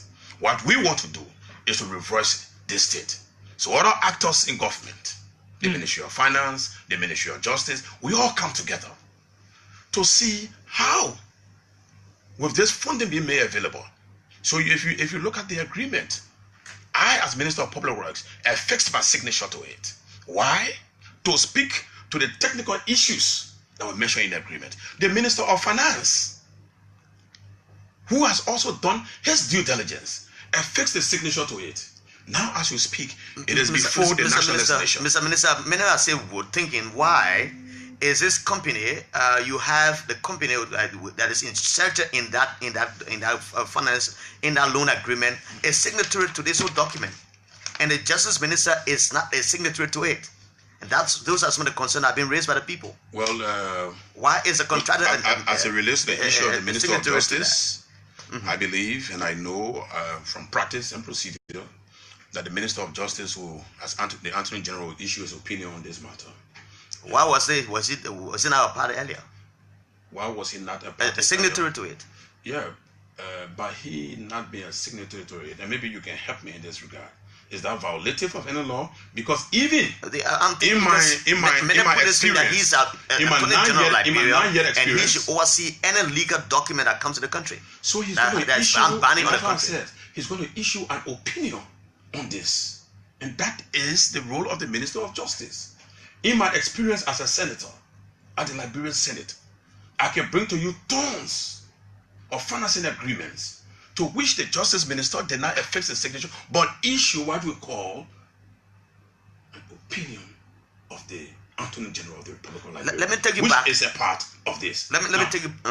Let me take you back again on the same question I asked about the signatory of the company on the document, on this document. Why is it that so? The signatory of which? The company that is going to be undertaking the work. Which? What I just told you. And the document explicitly states that that these people are subject to a vetting process. Now, how did they sign here? If you're talking about mail, for example, is that mail you're talking about? Yeah, that's the company. They sign as what? Read the document. They sign as what? How did they sign? Read. Where's the document? But you have it right in front of you. But you are making comments. And you should be well informed. But then that's why I want you to give us information. The agreement here is signed for Eaton Finance Pte. Limited, Shagi Sato Kuno, Chairman CEO. For the government of Liberia, Samuel D. Tua, Minister of Finance, Mobutu Nyepan, Minister of Public Works.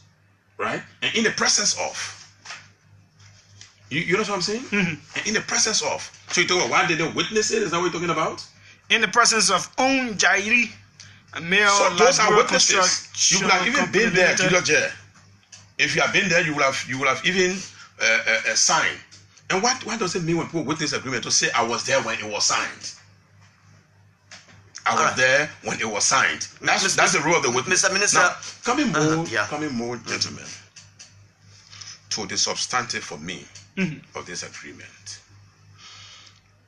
Liberia wants to pave 505 kilometers of roads. Liberia needs 536,400,000 to do this. Eaton says we can make this money available to you. We will make this money available to you in 2 tranches. And the schedule is spelled out in the agreement. We want you to pay back in 22 years. The first 7 years will be free. No principal payment, no interest payment. It's enshrined in the document. So, the government of Liberia ratifies it. Eaton, we are now looking up to you to bring our money so that we begin our work. There is nothing, and if there's anything written in this document which is not in the best interest of our country, gentlemen, let us state it. For me, what is mind-boggling? And I read the documentary that you said was released, right? I think 8 pages or something. Is that what you're talking about? Some documentary was released that I read. Yeah. Where people say they're giving critical analysis. Have you read that document? This is a document catch in theories and basically academic. Catch in theories and basically academic. And we've listened to theoretical analysis for a long time. Especially those that are intended. Theoretical analysis inform the technical issues that are bound. They are not even practical in some cases. I'm asking a question. What are the substantive issues that people have against this document? And that's it. What if the man give the money? What if the money dirty money? What if? Now, as someone sitting down, and when we are signing, we do due diligence. You come and present yourself to me that, look, I can do this, and I say I can do this. This is the basis of an agreement. I hold you to what you say you can do, and you hold me to what I say I can do. Okay, Mr. Minister, let me ask you a few questions as we take leave of you. Maybe we'll take a few calls, but I'm concerned about other roads in and around Monrovia. Before you came to this government was birthed, the government of Ellen Johnson Sirleaf borrowed some money of up to $60 million. There was a noise around here that Liberian construction companies were not factored in that road project. Meaning it was a concrete road pavement that would capture many of the other roads around. And what is the status of that project? Now imagine, before you come to the status, just imagine. That's why I told you that this count you read to me earlier, Julius, is a count that Liberians should celebrate. That even here, under our own watch in country, like you just said, we were not able to include Liberian construction companies. And we're glad that you're including them this time around. And we are including them this time. And nobody wants to say anything about it. What we want to talk about, we are talking about things we are imagining that are not even spelled out. But you are also bringing more debt upon the country. More debt. Adding the debt space. You're increasing it. Every country the world over, even the great United States of America, Julius, and you know this, every country the world over has debt. But the question is, how wisely was it used? How wisely was it used? This is the first time you're going to have millions, hundreds of millions of dollars coming into the country. So true. At the central bank. So true. The issue of managing that kind of money, huge. Well, and the issue of transparency has been raised by many of the detractors. I'm glad you call them detractors. Detractors and politicians. Well, not necessarily. I'm also glad you call them politicians. Let me choose my word carefully. People who think otherwise. People who have critical views. Let me choose my word very carefully. People who have different views. I think that the issue of transparency would not be the hallmark of the day. No, for me, this government should be judged on the basis of what it does. It should be judged on the basis of its actions and not on the basis of the vain imaginations of individuals who you say are detractors. Lofaro. Who you say are detractors. Now, let me hurriedly give you an update. Then when you give an update about Johnsonville Kebaro, we want to know about that road because I live on that side, so I'm concerned very seriously. Let me give you an update. Yeah. Banga to Salaye. This road is 81 kilometers long, and phase 1 of it is from Banga to Salaye. Phase 2 is from Salaye to Konya. As I speak to you, the contractor is fully mobilized. The contractor is on site. And if I chose to drive there now, I will see the contractor. In fact, if you want me to go with you, I'll go with you.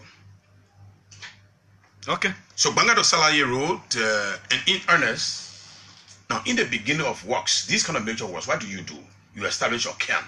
You find place for your equipment. You find place for your staff. As we speak, all of these are in progress. Okay. And I can say to you that in the next few months, construction works in earnest will begin on this road. That road is what? 81 kilometers. The Sanikwele to Logato Road. Sanikwele to Logato. This road leads to the border with La Côte d'Ivoire. This road is 47 kilometers long. Again, we are planning as we speak, so that by the end of this year, that road will begin. It's been funded by the European Union and the African Development Bank. That's the Sanikulo Local Toll Road. You know the Fishtown to Harper Road. This road is ongoing. It's 130 kilometers thereabout. And then even from the main road to the Ivorian border in Maryland in the southeast, that one has also been paved in 16 kilometers. We have Ganta to Yekepa. The Ganta to Yekepa road project was started, but not much progress was made. And the work stopped. Under the Ellen regime. Yes, in the work stopped. This administration, and under the direct supervision of the president himself, because this road, Mittal Steel should be contributing. Arrangements have been concluded, and this road, the construction of this road, will resume on the 1st of June, which is in a matter of days. When you are ready again, I will take you there. The contractor is on site and well mobilized. Okay. Now, another road, Ganta to Tapeta. Again, this is a road of interest. The arrangement of this road is like the public-private partnership kind of arrangement with support, with backing from the World Bank. I can say to you, that by the end of this year, the procurement processes are on as we speak. And we are working hard so that by the end of this year, this project will also commence. Okay. That's a road between Ganta and let me announce that we've been given 50 minutes by the management because of the interest that this discussion has generated. Sure. And so, Mr. Minister... Then I also tell you the Claretown Dole Community Project. I will come to that because... That's 2.7 kilometers. The one you broke ground for the other day? It was a call to action. He didn't go to break ground. It was call to action. Call to action. So it means that call to action. The work is ongoing now. Your call to action, you're not breaking ground. No, how? The work is ongoing. You went there. In fact, you need to know this. When you say you break ground, call to action and the man give you 3 months to tell you that we are in action. And I say to you through this public medium, as a ministry, that mandate of the president will be executed to the letter with no excuse. Put me on record. And then there will be a good job done. Not just we got to give you 3 months and you want to quickly get it done. So because you need time. Let me say this to you. Again, when we say we will do it, please, there are certain factors that are given. Okay. So will you be compensating people because you got to open the road? Some people who's be broken and their properties will be affected. Are you taking into consideration all of those things? Because I'm told that some people are getting disenchanted already. So far as I'm concerned, there is no disenchantment in any of the communities. In fact, on Saturday I was there. The people in the Dole community are themselves voluntarily removing the structures from the main road. Now let me ask you, the road from Keba Drivers Market to Johnsonville coming to Web Line. That's the Dixville Bannersville Road. Yeah, but I'm concerned because since the 12 years of Ellen Johnson selling, there was no intervention made on that road. They stretch a road from Keba, from Bannersville Drivers Market area, passing through and going to Web Line. Man Barkley come to Web Line. That road is captured in the 2018-2019 budget of the Ministry of Public Works. Yes. So aside from and working with our partners, we will do that road on the next budget year. But and the next budget year, you mean this budget year that coming? No. Yeah, the next budget year. 2019-2020. 2018-2019. 2019. So it means that we are capturing that. Yeah. Okay. That road is captured. That's a good. The police academy road. But the fact that it's captured does not mean the entire road is going to be done. The road can be captured. He they could start something. So let the minister talk about that. And I said the road is captured for pavement. The entire road. The road is captured for pavement. There's one road there now. Yeah, but Minister, I want to be careful with the language and the kind of promise that is made so that people understand that after the budget year and then there are financial issues and all of that. And people say, listen. So you got to explain it better. No, listen. And all of us in our planning, even when you decide that you are saving money to buy a vehicle or to buy a house, and in the middle of that, you get dismissed from your job. Right? No, I'm just saying something. So when you plan with certain leave room for contingencies. You plan against something. You plan against something. So we are saying that we are capturing it in the next fiscal budget and working with our partners. we will pave that road. Thank you. Let us go to the lines. Mambudu Vladimir, Minister of Public Works, he's our guest on OK Morning Rush. We're taking some calls now. Let's start with Representative Akaros Gray, who has been holding the line for over 2 minutes. Representative Gray, good morning, welcome. Yeah, I want to say good morning to my minister. I said my minister because I have always trusted his ability when we were babies in the student community and when they were leaders. And I love the brilliance of his explanation, especially on the sticker issue you raised, Julius. I had to do with a company or individual affixing a signature to that document. I love the way he said that the agreement, which is very important, provides an avenue for vetting those institutions. It's very important. I even love what he said. You cannot use witnesses, for example, you yourself put your witness to a document. What does that presuppose? But interestingly, if I will live for this period to see a rule going to my country of origin, Grand Kidman Country Rawsport after Rawsport was purchased in 1824. And there's no pay rule leaving from Medina to Rawsport, and tourism will boom on the business of that rule. Why should I reject something for such present document? Okay. I wanted to quickly reference that before the closing of the 50th legislature, under the authority, the gavel of the Stemmer Bearer and the Vice Stemmer Bearer of the Unity Party, the document was presented to that legislature to ensure that the government can take about $30 billion United States dollars to ensure that the rules in our country are being done.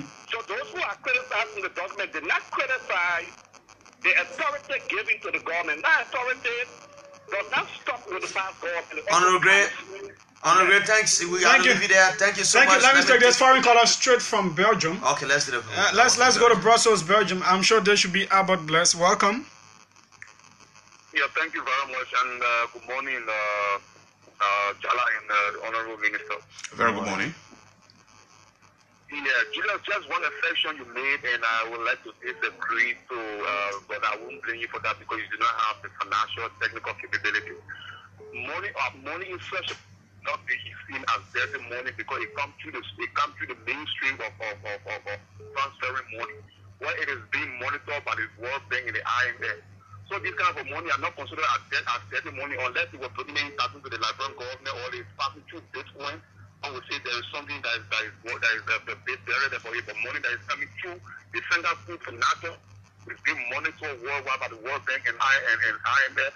It cannot be seen as a dirty money. That's just one thing I want to just the point I want to. Thank you very much. Let us take this other international call.